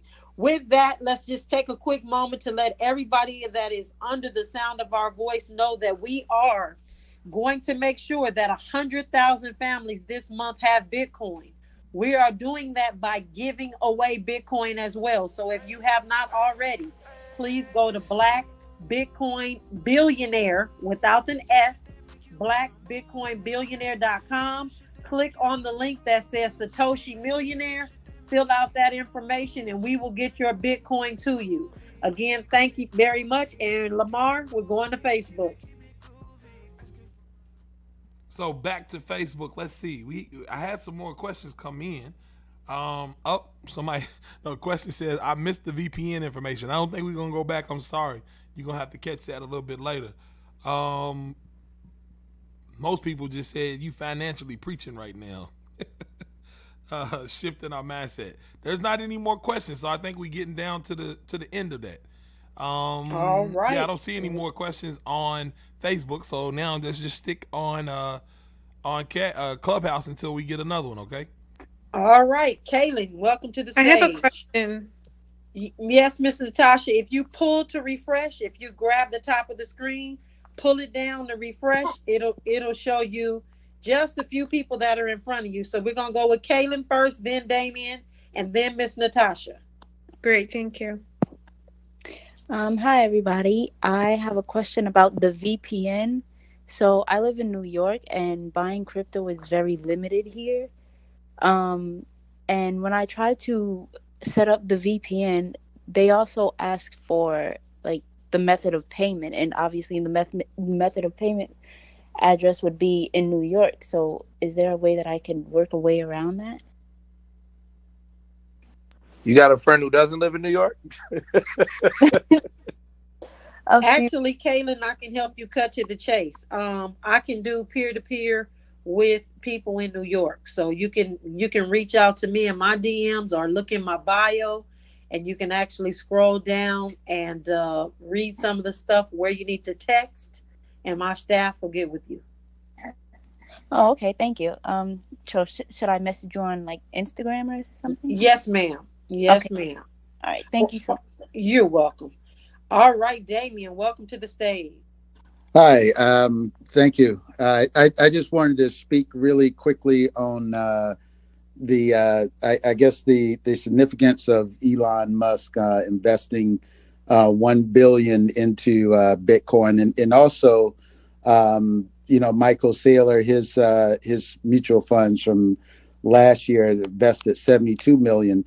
The importance behind that, in my estimation, is simply it is an investment strategy. if you have that amount of money to invest in a particular asset, you want to do it quietly, so that the price doesn't go up on you and you have to spend more. So I don't know what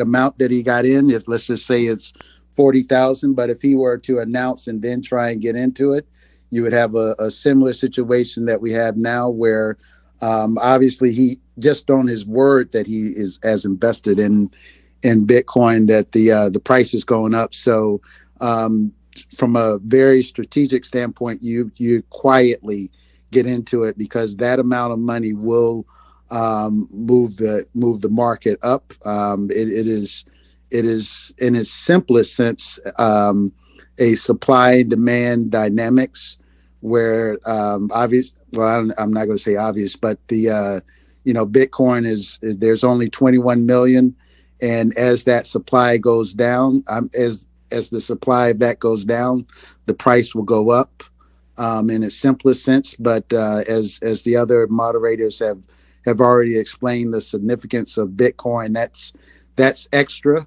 on there that kind of makes the price go up in the whole supply demand equation there. And that's really it. I would say the genius is actually the Black Bitcoin billionaires. Is that this is genius happening because we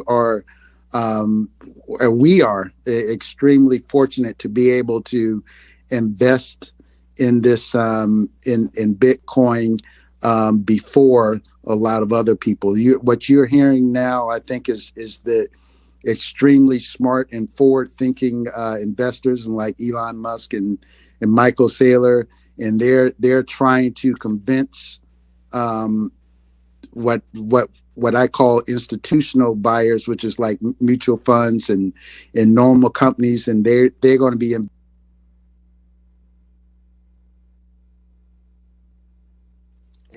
I'm not sure what happened. Hello, but he might have had his. Oh, someone just muted me, but I'm just saying you have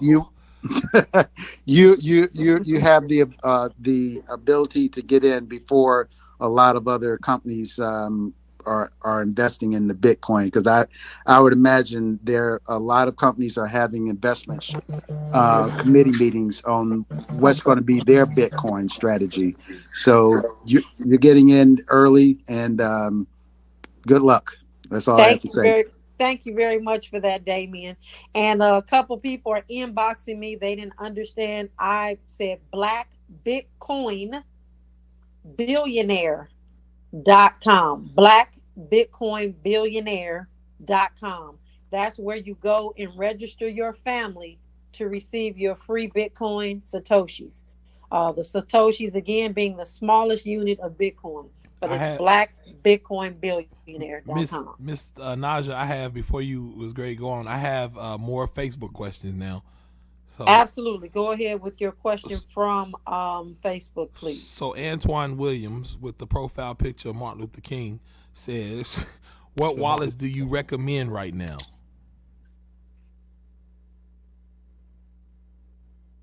If you guys don't mind, I want to step in. Sorry, guys, I was at work. I got into the meeting.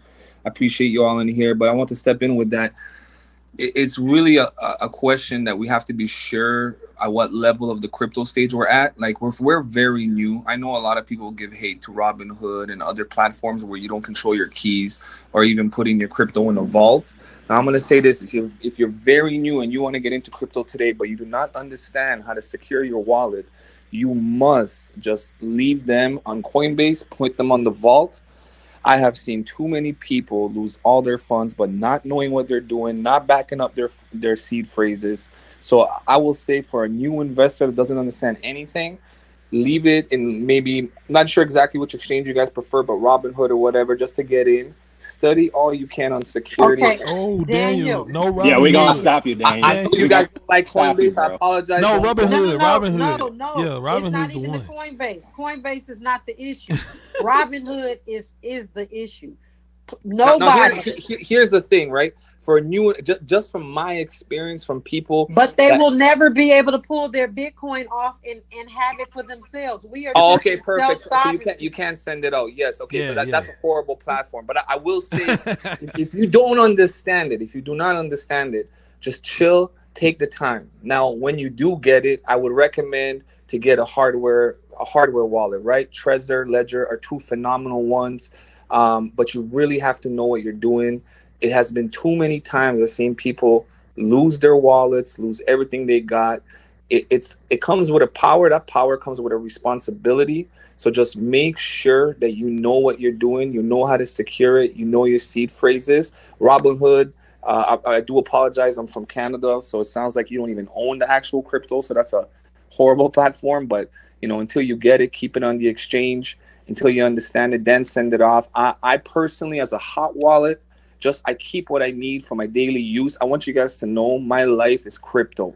It has been crypto for 7 years. 7 years. My Amazon, I buy all my gift cards on bitrefill.com. I use BitPay. I buy my Starbucks coffee with BitPay. I do not get involved with anything to do with a Canadian or US dollar to the best of my ability.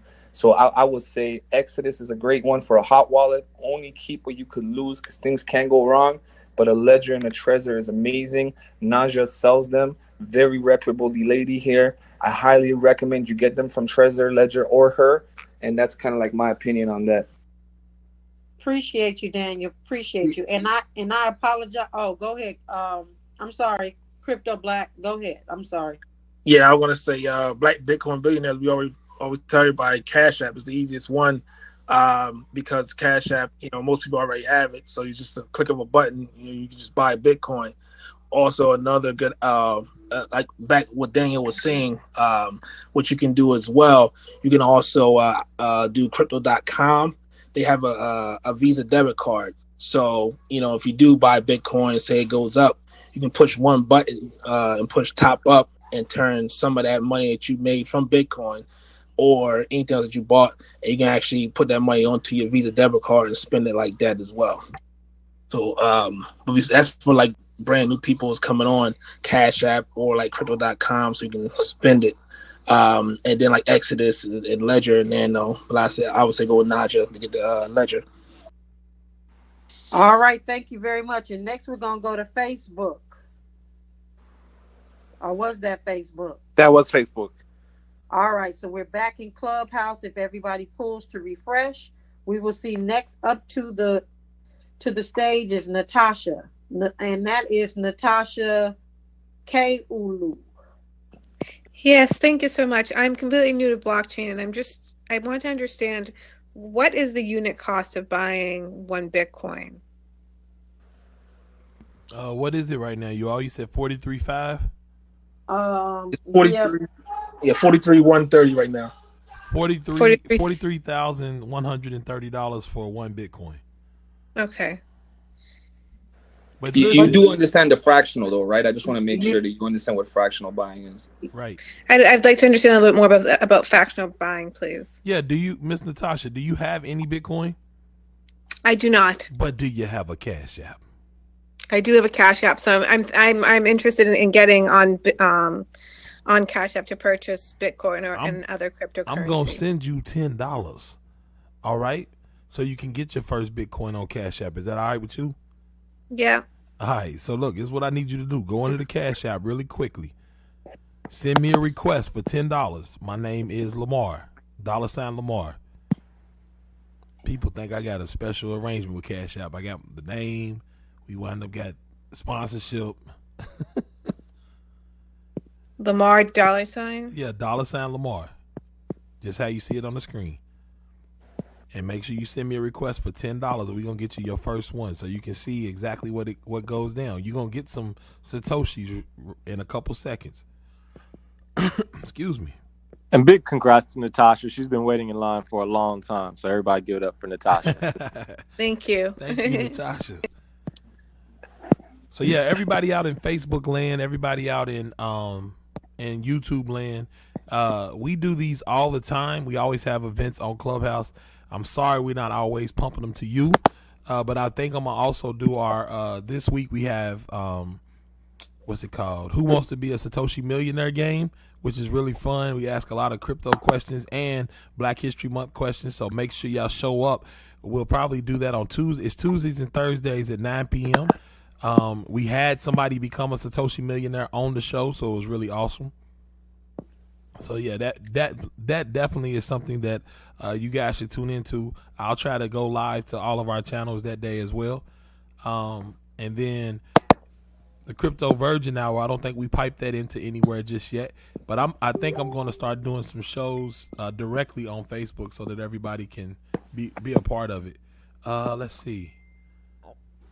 Lamar, I tried to find you. It's just Lamar then $. No, $ Lamar. So $ dollar before. sign. Yes, ma'am. That's my cash tag. It's just Lamar. $ Lamar. And if anybody, you know, you guys, I want to say, guys, like you see, with this is a beautiful solution of Bitcoin solves. All right, so I'm from Canada, right, and I got at Lamar the other day. I was like, man, I love what you're doing, this and that. I want to be involved, and we transacted in some cryptocurrency. Now I'm Canadian, he's American. We do not have platforms other than PayPal, which is a little complicated at times because a lot of fraud. He just sent me his Bitcoin address. Boom, we were done. And that happens from every country in the world, right? You can have a village in Nigeria that's raising money, not no commercial that takes 65% of the donations. I'm talking about a real village building a school. They put a Bitcoin address up, and you can just send it directly to that village. You see on Instagram Live what's happening, how that school is getting made, how those children are succeeding, and that's like the power I just want to bring up again. Yeah, that's facts. That is facts. Listen, anybody who sends me a request when I ask somebody else to send a request, I normally block. But I'm going to give you guys an opportunity to pull that back, because that's the thing. Like, I can't we got so many people listening and watching, is that sometimes my whole entire thing gets pulled up, and people like Miss Natasha who have waited this long wind up getting lost in the mix. So I want to make sure I reward people's patience. Yeah, everybody just keeps doing it, even though I'm saying I'm ready to start blocking everybody. Just want to let y'all know that y'all probably not going to be able to make a request from me ever again. Well, if he blocks you on Cash App, just make sure you go to blackbitcoinbillionaire.com. There's no S on billionaires. It's Black Bitcoin Billionaires. Hurry up and get on that list before I block you. Bitcoin, right? And you're gonna be good. You're gonna be good. You get some free ones just signing up on that list. Quick, hurry up, quick. Yeah, because I'm telling y'all, man, people like Miss Natasha and the other people on stage have been extremely patient, and we don't want to like take out of their mouths, and they willing to come on stage. If you're not willing to come on stage and wait through it and ask your question, that's not fair. So I'm just going to be real about the situation. Miss Natasha, you should have your $10. Do you have it? I have my $10. Thank you. I appreciate that, Lamar. Yeah. And then use your fourth icon. I'm trying to teach you real quick. Use the fourth icon on your Cash App. It should look like a little square with a squiggly and a Bitcoin behind it. Click that, and it'll say stocks and Bitcoin. Where it says Bitcoin, just hit buy $10, and you'll have them. The one thing is that we've seen people in the past, we give them the $10, they don't buy the Bitcoin, and then they come back days later and go, gosh, I should have bought the Bitcoin, because the price goes up, right? So go ahead and grab you some right now. It is a gift, so hold on to it. And like we always tell everybody holds on to gifts from their exes sometimes, so you might as well hold on to one from us, because we didn't do nothing wrong to you. So go on. I just purchased Bitcoin for the first time. Yay! Yay! I love that. Congratulations. That's what's up. That's what's up. Yeah, that's awesome. So next to the stage, we have the other Natasha, as Natasha C. Welcome to the call. Hi, how you doing, everyone? My question is, so I just started buying Bitcoin probably a month ago, and I've been a part of the group. So you guys have helped me with the exchanges and, which ledger to buy. So the thing is that I see an option on Ledger Live that allows you to buy Bitcoin. Is anyone done that before? Because the transferring fees from the exchange to the actual cold wallet was rather expensive. So I just wanted to know, has anyone bought Bitcoin from Ledger Live? I'm going to say no. I have seen that, but no. Okay. And those prices it was because of their fees. So no. Okay. Alrighty. Thank Exodus. you. If you have the Exodus wallet though, and you Oh. have your iPhone, you can use Apple Pay to get it, and their fees are exceptional because they only charge you $1. Oh, all right. Thank you. Who said that? They only charge you $1. Yeah, I know. That sounds like a great commercial. That did. I said that. That was Jacoby. It's so funny because they only charge you $1. Okay. All right. You know what? That's why I love black folks. We Yes. are just awesomeness. Right. Awesomeness. All right. I got a question over here, man. Facebook. Yes, sir. Go ahead, Facebook. Oh, you still got me laughing, man. So Chad B. Seller says, what event would lead institutional buyers to pull capital out of crypto and back into the dollar or other currencies? Moderator number 1, you are up on the stage. I think that's such a, and I answered it over in Facebook land too. It's such a hypothetical that it really doesn't make sense. And the reason why is, as of right now, because of these institutions going into an appreciating asset like Bitcoin, it would just be to their detriment to go back into a depreciating asset like US dollar. So I don't really see that being an option right now. I mean, it doesn't make sense because, we all know that the US dollar can be, make the printer go burr, right? So what's the point? So I just don't see that ever happening. Moderator number 2. Moderator number 2. I think he did a good job answering, if you ask me. All right. So then, fabulous. Thank you, Fred Brandon. And we will move down to Ronald. Welcome to the stage. Hello, everyone. Thank you for having me.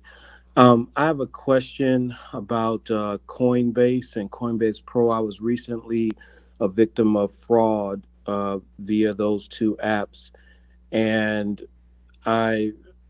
I'm not sure what the right way to go about securing my cryptocurrency so that this doesn't happen in the future. I know that you guys are saying that we should use Coinbase to get our crypto, or if we're new to it, but there's something else. At a minimum, you need to set up two-step authentication if you are going to use Coinbase.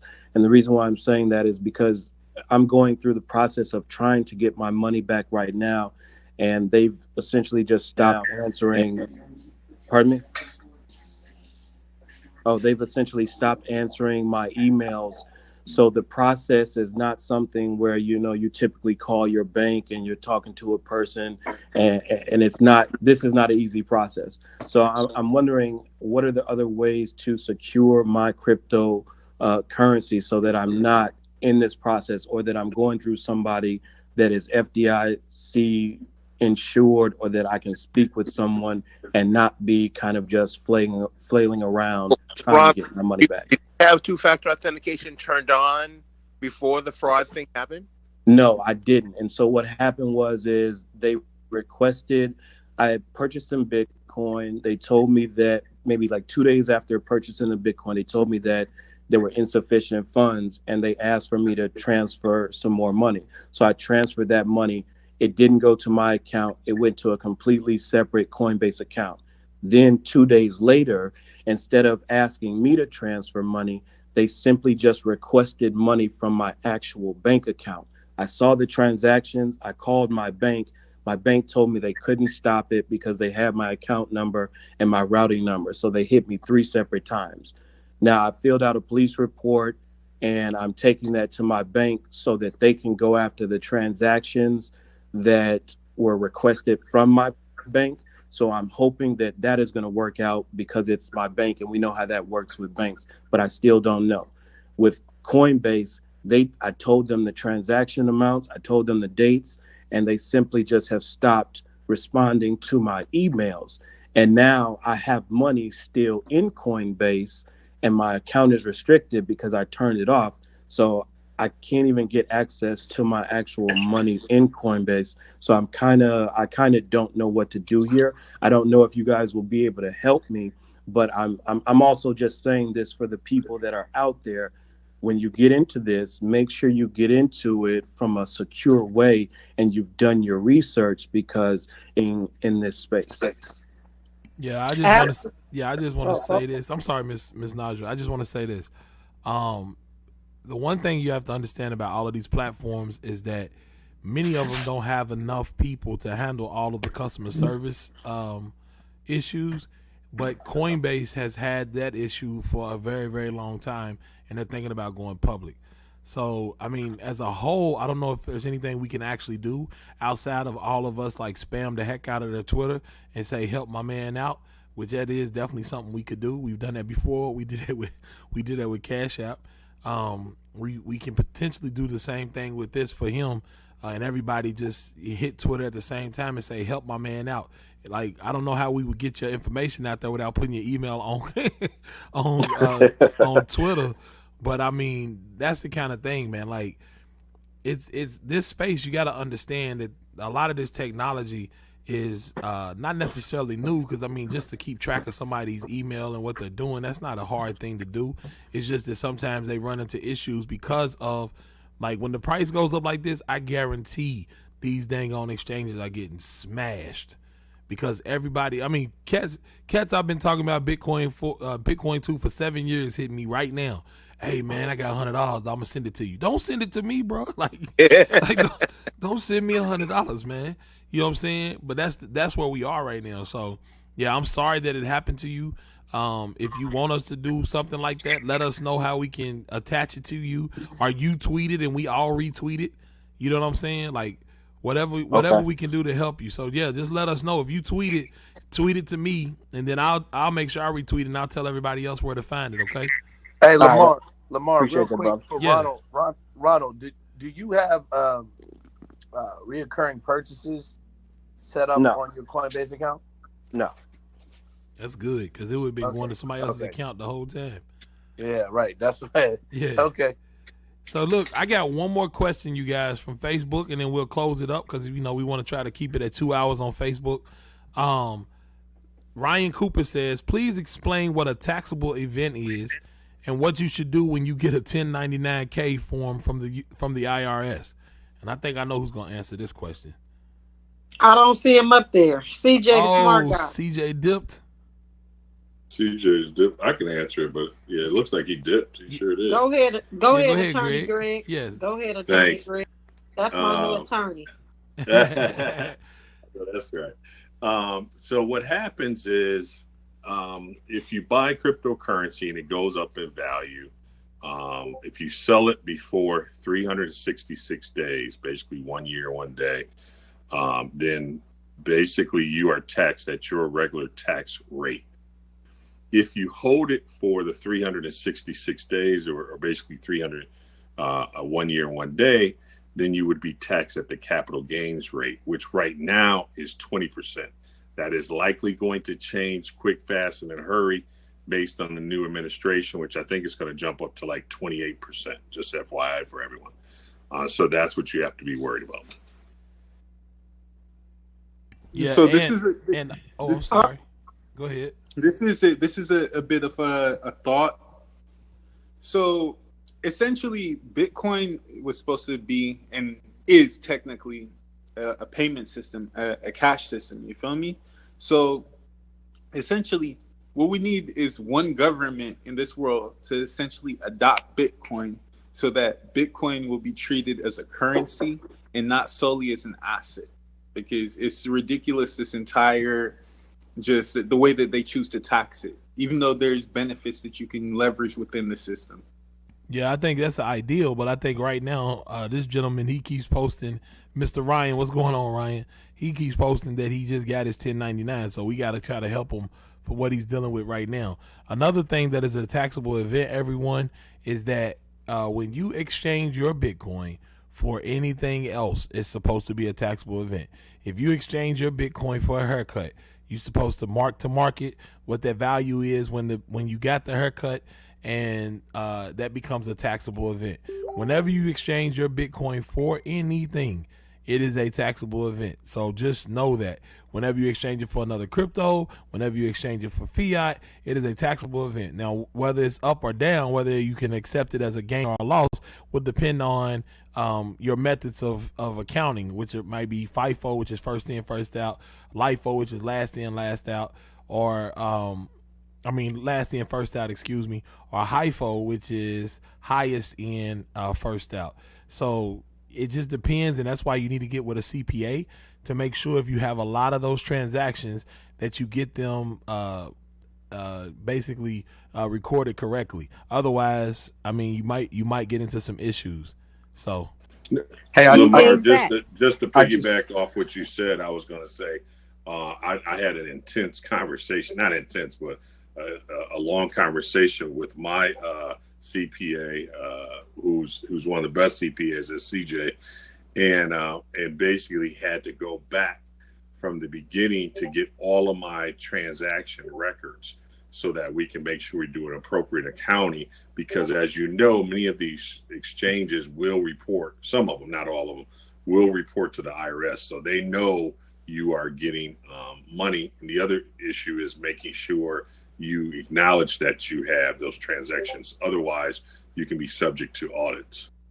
Right. And CJ always says this: if you, on your form, if you don't say that you have Bitcoin on your form, don't say that you have cryptocurrency, that could be considered evasion. And you can go back forever. They can be 20 years from now, and they can go back and check your accounts and audit you for that. But if you go ahead and say it, and let's say you mess up, you might have some penalties, but you're not going to be evading taxes. So if you've done anything with crypto, he said the best thing to do is just to basically admit it and don't try to hide the fact that you've done anything with crypto, because all the on-ramps are keeping track of you anyway. And with that said, I want to go ahead and close down Facebook. Thank y'all for being here today. We appreciate y'all coming to the Genesis block. This is the first time that we've had YouTube built into what we're doing as far as the stream. So thank you all out there in Facebook land. Make sure y'all tune back in next week. The Genesis block Mondays at 11 a.m. Also, if you want, we'll be probably airing our Who Wants to Be a Satoshi Millionaire into Facebook this week on Tuesday and Thursday in the Coinda group. KOINDA, find the Coinda group. You can get involved there. There's a wonderful group of individuals there that have come up through this cryptocurrency space and are extremely knowledgeable, not just regular knowledgeable. They are extremely knowledgeable. So thank you guys. I appreciate it. And until next time, live love, love life. Because if you live love, you'll